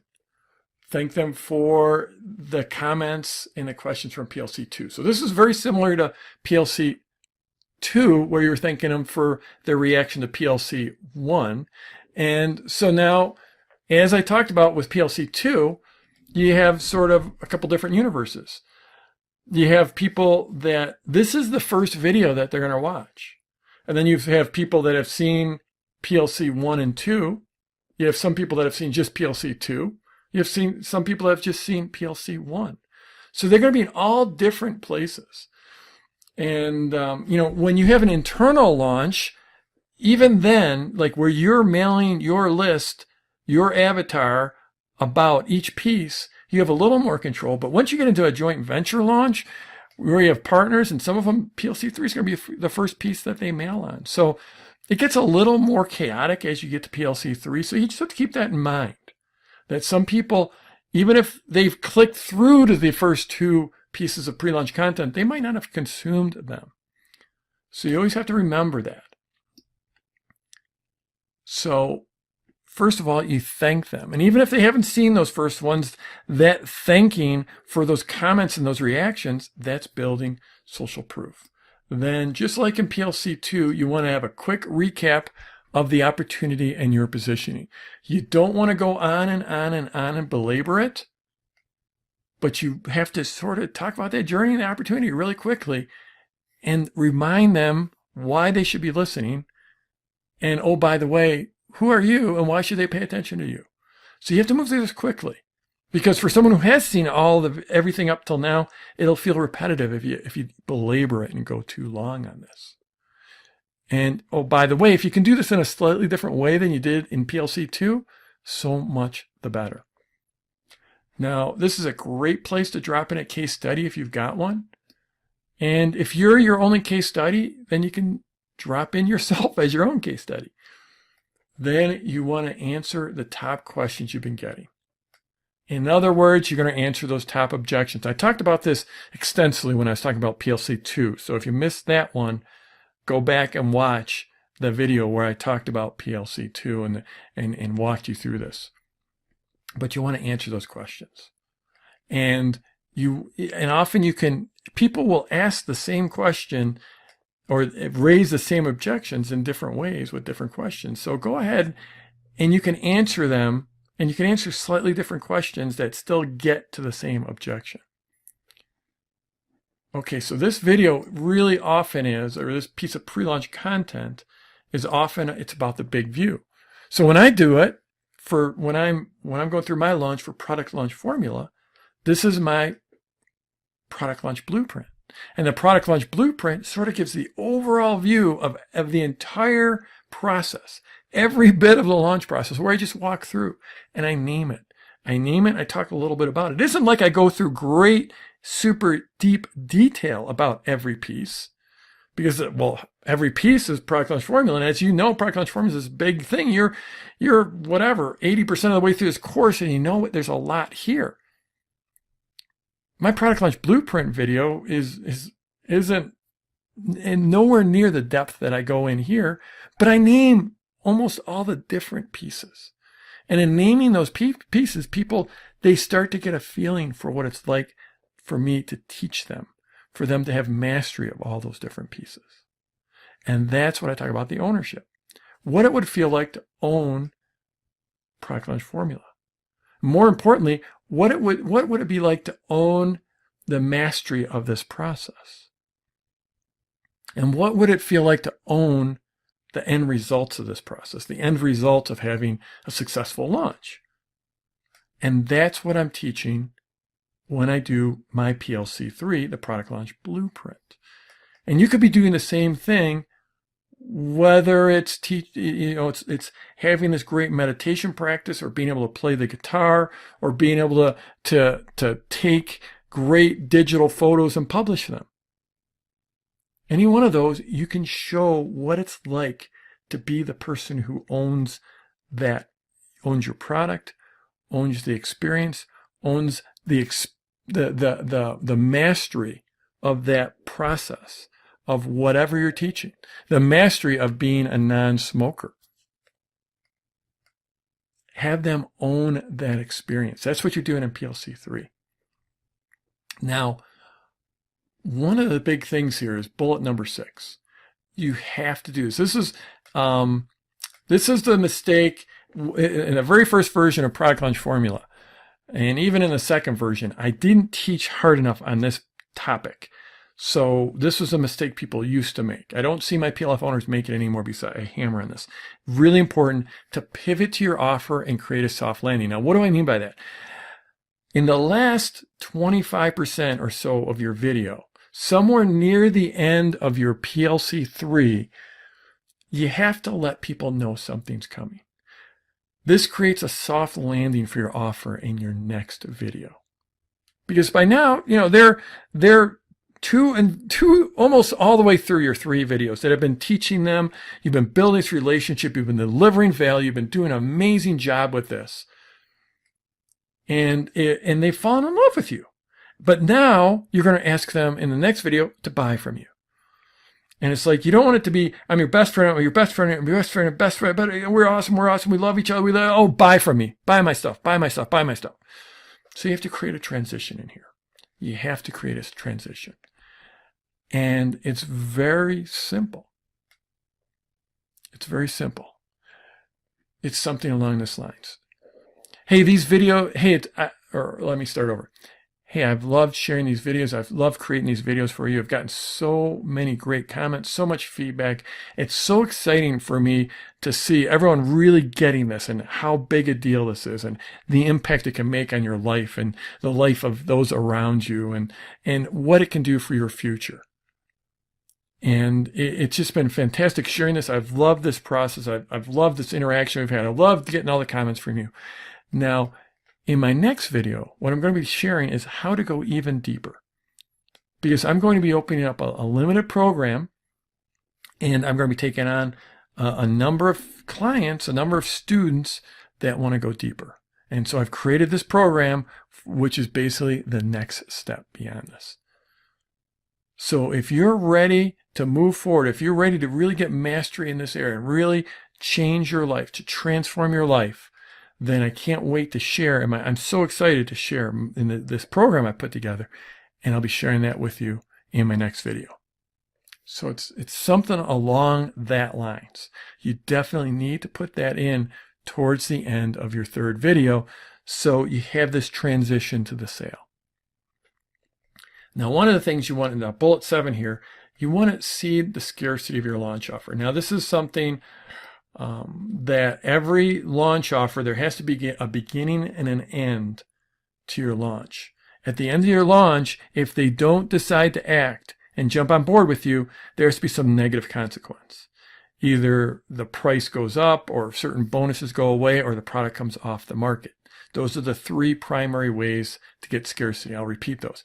Either the price goes up, bonuses go away, or the product comes off the market. And you could have more than one of those. You could use more, it could be the price goes up and bonuses go away, or bonuses go away and the product comes off the market. Or it could be all 3 of those, but at least one of those 3 things has to be true at the end of your launch to get people to move. You want to create a deadline. And you want to mention that in this PLC3, that you only have, there's going to be a limited window to jump on board. So, I just, in that last bullet, I was talking about pivoting to the offer, and it could be, I've got this program coming up. I'm going to be working with a limited number of clients. So we're only going to be having this registration period open for a certain period of time, for a limited period of time. So you're going to want to jump, you want to check out that next video right away. Or it could be, there I just said a limited number of clients. It could be, I'm only going to have that registration window open for a limited period of time because I want to get this new program off the ground and really get it rolling. And I've got this great program coming up, and I've got these amazing bonuses that I've got for you. Now, those bonuses are limited, so I've got a limited registration period, but I'll share that with you in the next video. So you don't want to be over the top and hammer people on this. It's just a one-liner, sort of offhand, that it is a limited time period. Here, I just give you some examples of, a lot of these are really sort of transition examples of how to say things and transition into the different parts of the video. The beginning, thanks for all the comments. It's just fantastic hearing back from so many of you. Really love it. Tons of energy from all your comments. Thanks. Keep it up. In the last video I showed you, that's the recap. Do it quickly. And how I discovered the answer. That's the recap, and it's part of the recap of your authority positioning. And what's possible, that's a recap, the opportunity. The success some of my clients have been getting has been amazing. That can lead into a case study. One of the limiting beliefs, one of the most common questions people have has been, that's how you walk into objections. If you can do this, then this can or will happen. This is the how, leading into the how. Remember, this is the how video. It's been awesome sharing this information and seeing the excitement and results. This is leading into that soft landing. That's why I put together a training program for the people that want to go deeper. Again, that's part of the soft landing. I'll be opening up the course next Tuesday. And I'm going to have limited seats in this, so be on the lookout for that email. And then just a call for comments at the end is please scroll down, leave a comment, and let me know what you think. So go out there and create your PLC3 and just absolutely crush this. So the pre-launch sequence, or pre-pre, as I like to call it, is part of the heart and soul. The pre-launch sequence is one of those, the three big sequences, along with the pre-launch and the open cart sequence, that make up PLF. So one of the absolute core principles that it's been part of my DNA from the start, I think, is that you only want to sell what the market wants. It sounds so simple, but so many people come up with these huge, amazing plans and ideas without giving much thought to whether people really want to buy it. Or they'll put together plans for things that they think people should want, or they think that the people should need or should care about, instead of really focusing on what do they truly want. And when you sell what the market wants, it makes your life so much simpler. If you get around a bunch of super advanced marketers, the things they tend to talk about the most is their offers. And by that, they mean, what are they going to sell? What is it that they think the market wants? So your pre-launch, that's what this module is all about. It helps you create the product that your market wants. It helps you refine your offer and actually how you communicate that offer through a conversation with your market. And this isn't some theoretical thing. You're going to see how we do this. And it also helps you build buzz ahead of your launch. It's a lot easier to build buzz and get word of mouth before you're in the active sales process. And that's what the pre-launch is all about. So this is the first step in an internal launch. In fact, it's the first step really in any kind of launch, but we're going to focus here on the internal launch. It's your very, very first step before you get into your PLC1, PLC2, PLC3, and your open cart sequence. Now, the next module is going to be the pre-launch content. This is pre, and this is, we're getting into the heart and soul. And you'll see as I go through this, the pre is super flexible. There's a lot of different things you can do. So I'm going to focus on the internal launch here. Maybe later on, you can do one of these things or two of these things if you're doing a seed launch. If you're doing a joint venture launch, you'll probably end up doing many or most or all of them. And somewhere in between for an internal launch, so the thing I want you to understand is it's flexible. You don't have to do all this stuff. Often it's super, super simple to do your pre. So this is something that it can start 4 weeks out.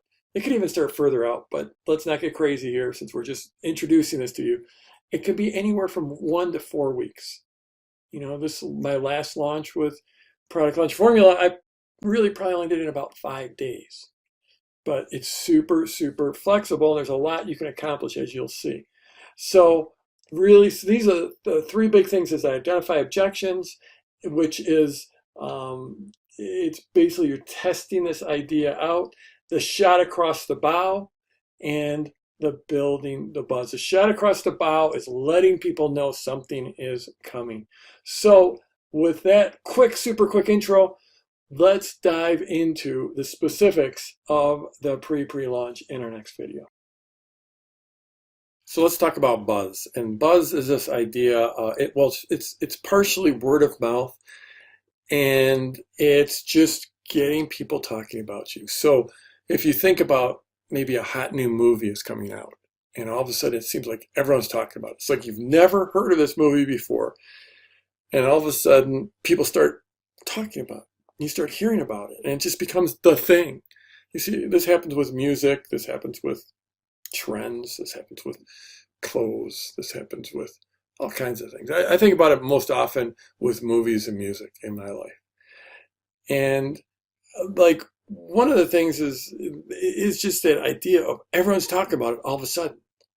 Boom. And so can you get that in your launch? And that's what we're going to talk about. And this is one of those things that's not super formulaic. Even though we're in the product launch formula, I'm doing my best to show you exactly how to launch and make it a true formula for you. Some parts are less formulaic, and buzz is one of those.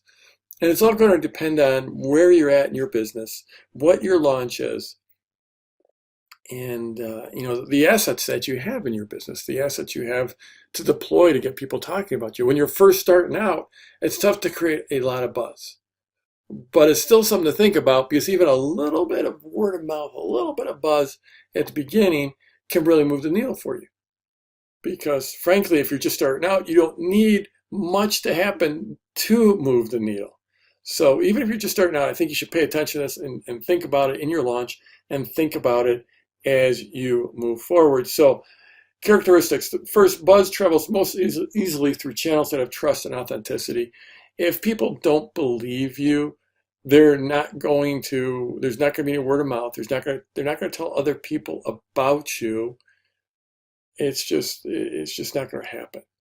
So, and also, if it's just a pure sales message, people don't like to just share pure sales messages unless it's something that truly feels like a breakthrough in the market for them. So this just speaks to the whole idea of product launch formula and sharing great content, creating great value before you actually ask for the sale. This is just another area where the classic PLF approach of delivering value in your launch or before your launch, delivering value, having a narrative, having a story, having great content just helps so much. So multiple modalities of media. So this is the deal. If you think about, like, the last time there was like a movie that had a whole bunch of buzz, maybe you had a friend talk about it with you. Maybe you saw a mention of it in social media. And then maybe you saw an ad for it or a trailer for it.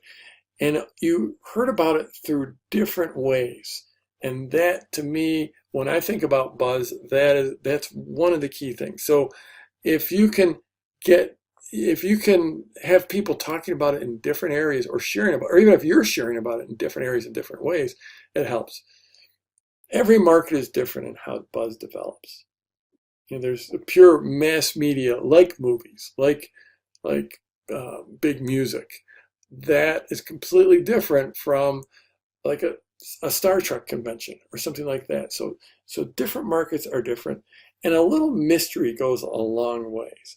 So what I mean by this is, as you're sharing your story, maybe you're sharing it via email, maybe you're sharing it in some videos or some live broadcast you're doing, or on social media.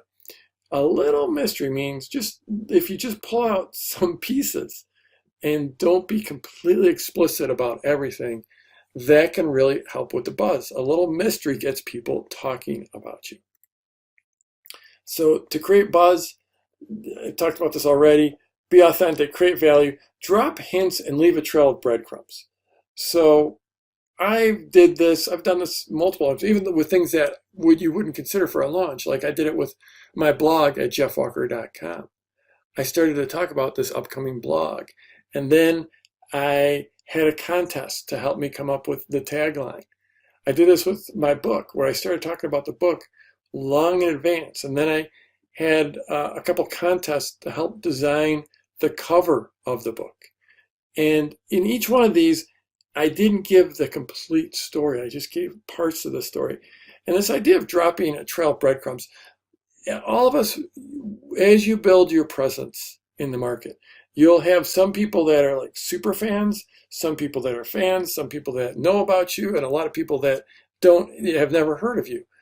And what part of the buzz is, it's helping those super fans, and you will eventually develop those super fans, even if you don't have them yet. It's enabling those super fans to sort of follow the mystery, put the pieces together, and feel like real insiders because they know what's going on. They did follow that trail of breadcrumbs, and they know what's going on. And once they know what's going on, they love to share it with people because it shows their knowledge. It shows what kind of insiders they are. So I am a big fan of engaging the raving fans, your raving fans, and your champions. These are just the people that are closest to you, that care the most about you, and that you care the most about. And those are the people that are going to help spread the word, spread the message. You want to engage influencers to the level that you know those influencers. These are the people in your market that have creative opinions, that have big followings. And these are the people that long term you want to be developing relationships with. And once you develop relationships with, then can you get them to mention you? Can you appear on their podcast? Can you appear in their videos? Can you get interviewed by them? Can you just have them drop a mention somewhere? Can you just drop a photo of you with them? And we've just gone through the pre-launch, and the pre-launch is really where you start to create this buzz, where you start to build up the buzz. So potential assets, obviously your lists of both your prospects and your clients. Your clients are going to they're going to be closer to you in a relationship, so they're going to be better for this. If you have a blog, that's a great place. Social media is probably the premier place right now. Forums, you have to be careful if you're going to go in forums and start to try to build buzz there, but you have to be careful that you actually have a presence there. If you have a presence there and you've delivered value, then people are going to be more receptive to you mentioning what's coming up. Then just what relationships do you have? And again, this is to those, the top people in your market, the top affiliates, the top blogs.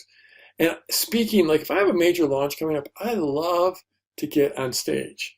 So in general, I turn down most speaking events just because it doesn't tend to fit my lifestyle to do a bunch of travel to go speak at events. So it's rare when I do. But when I do, it's usually shortly before a launch. If I can get on a really big stage 4 weeks before a launch, that just helps get the word out. That helps build the buzz. Because generally the people at those events, those are the kind of people that do spread the message for you. They are the people that are connected, that are interested in talking about you, talking about the industry. So I do like speaking. And this doesn't have to be live events. It could also be webinars, and it could be podcasts.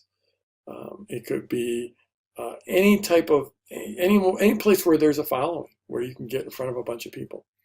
I have run contests. I did that, like I mentioned, I ran a contest to come up with a tagline for my blog, and I think I gave away an iPad when I did that. So it wasn't that I desperately needed a tagline. It was that I wanted people thinking about my blog and talking about my blog. And then once I ran the contest and I got thousands of entries, then I could go back and start talking about those thousands of entries. Go live, meaning there's so many different places to go live in social media with a live broadcast. It's a great way, because really the people that are going to be watching live are the real insiders, your super fans. And those are the people that are going to help spread the word. If you are doing a JV launch, let them know way ahead of time. Get on their schedule, get your partner's schedule way ahead of time, because they can start helping build the buzz ahead of time. Interviews and speaking engagements, I just mentioned that. I like just gathering case studies. If you tell people, hey, this is a call for case studies. We're looking for case studies. I want to talk about your success in my upcoming product. So this is just sort of another version of pre-pre. Because when you go out there and tell people you're gathering case studies because you've got a new product coming out, well, you've just told people you have a new product coming out without trying to sell them. And that can help build word of mouth. Doing a survey or a quiz, I often do this. I mentioned on the blog, I mentioned with my book, I did contests. And then social media is probably the place where buzz is being developed that's probably number one right now. So going into a launch months ahead of the launch, I'll start thinking about this. What can I do that's a little different, that I can create a little buzz? Get creative. That's the real deal. Like I said, this isn't always a huge piece of every launch, but I try to think about how can I build it in each launch, even as a beginner with not that many assets. What can you do to get scrappy and get creative?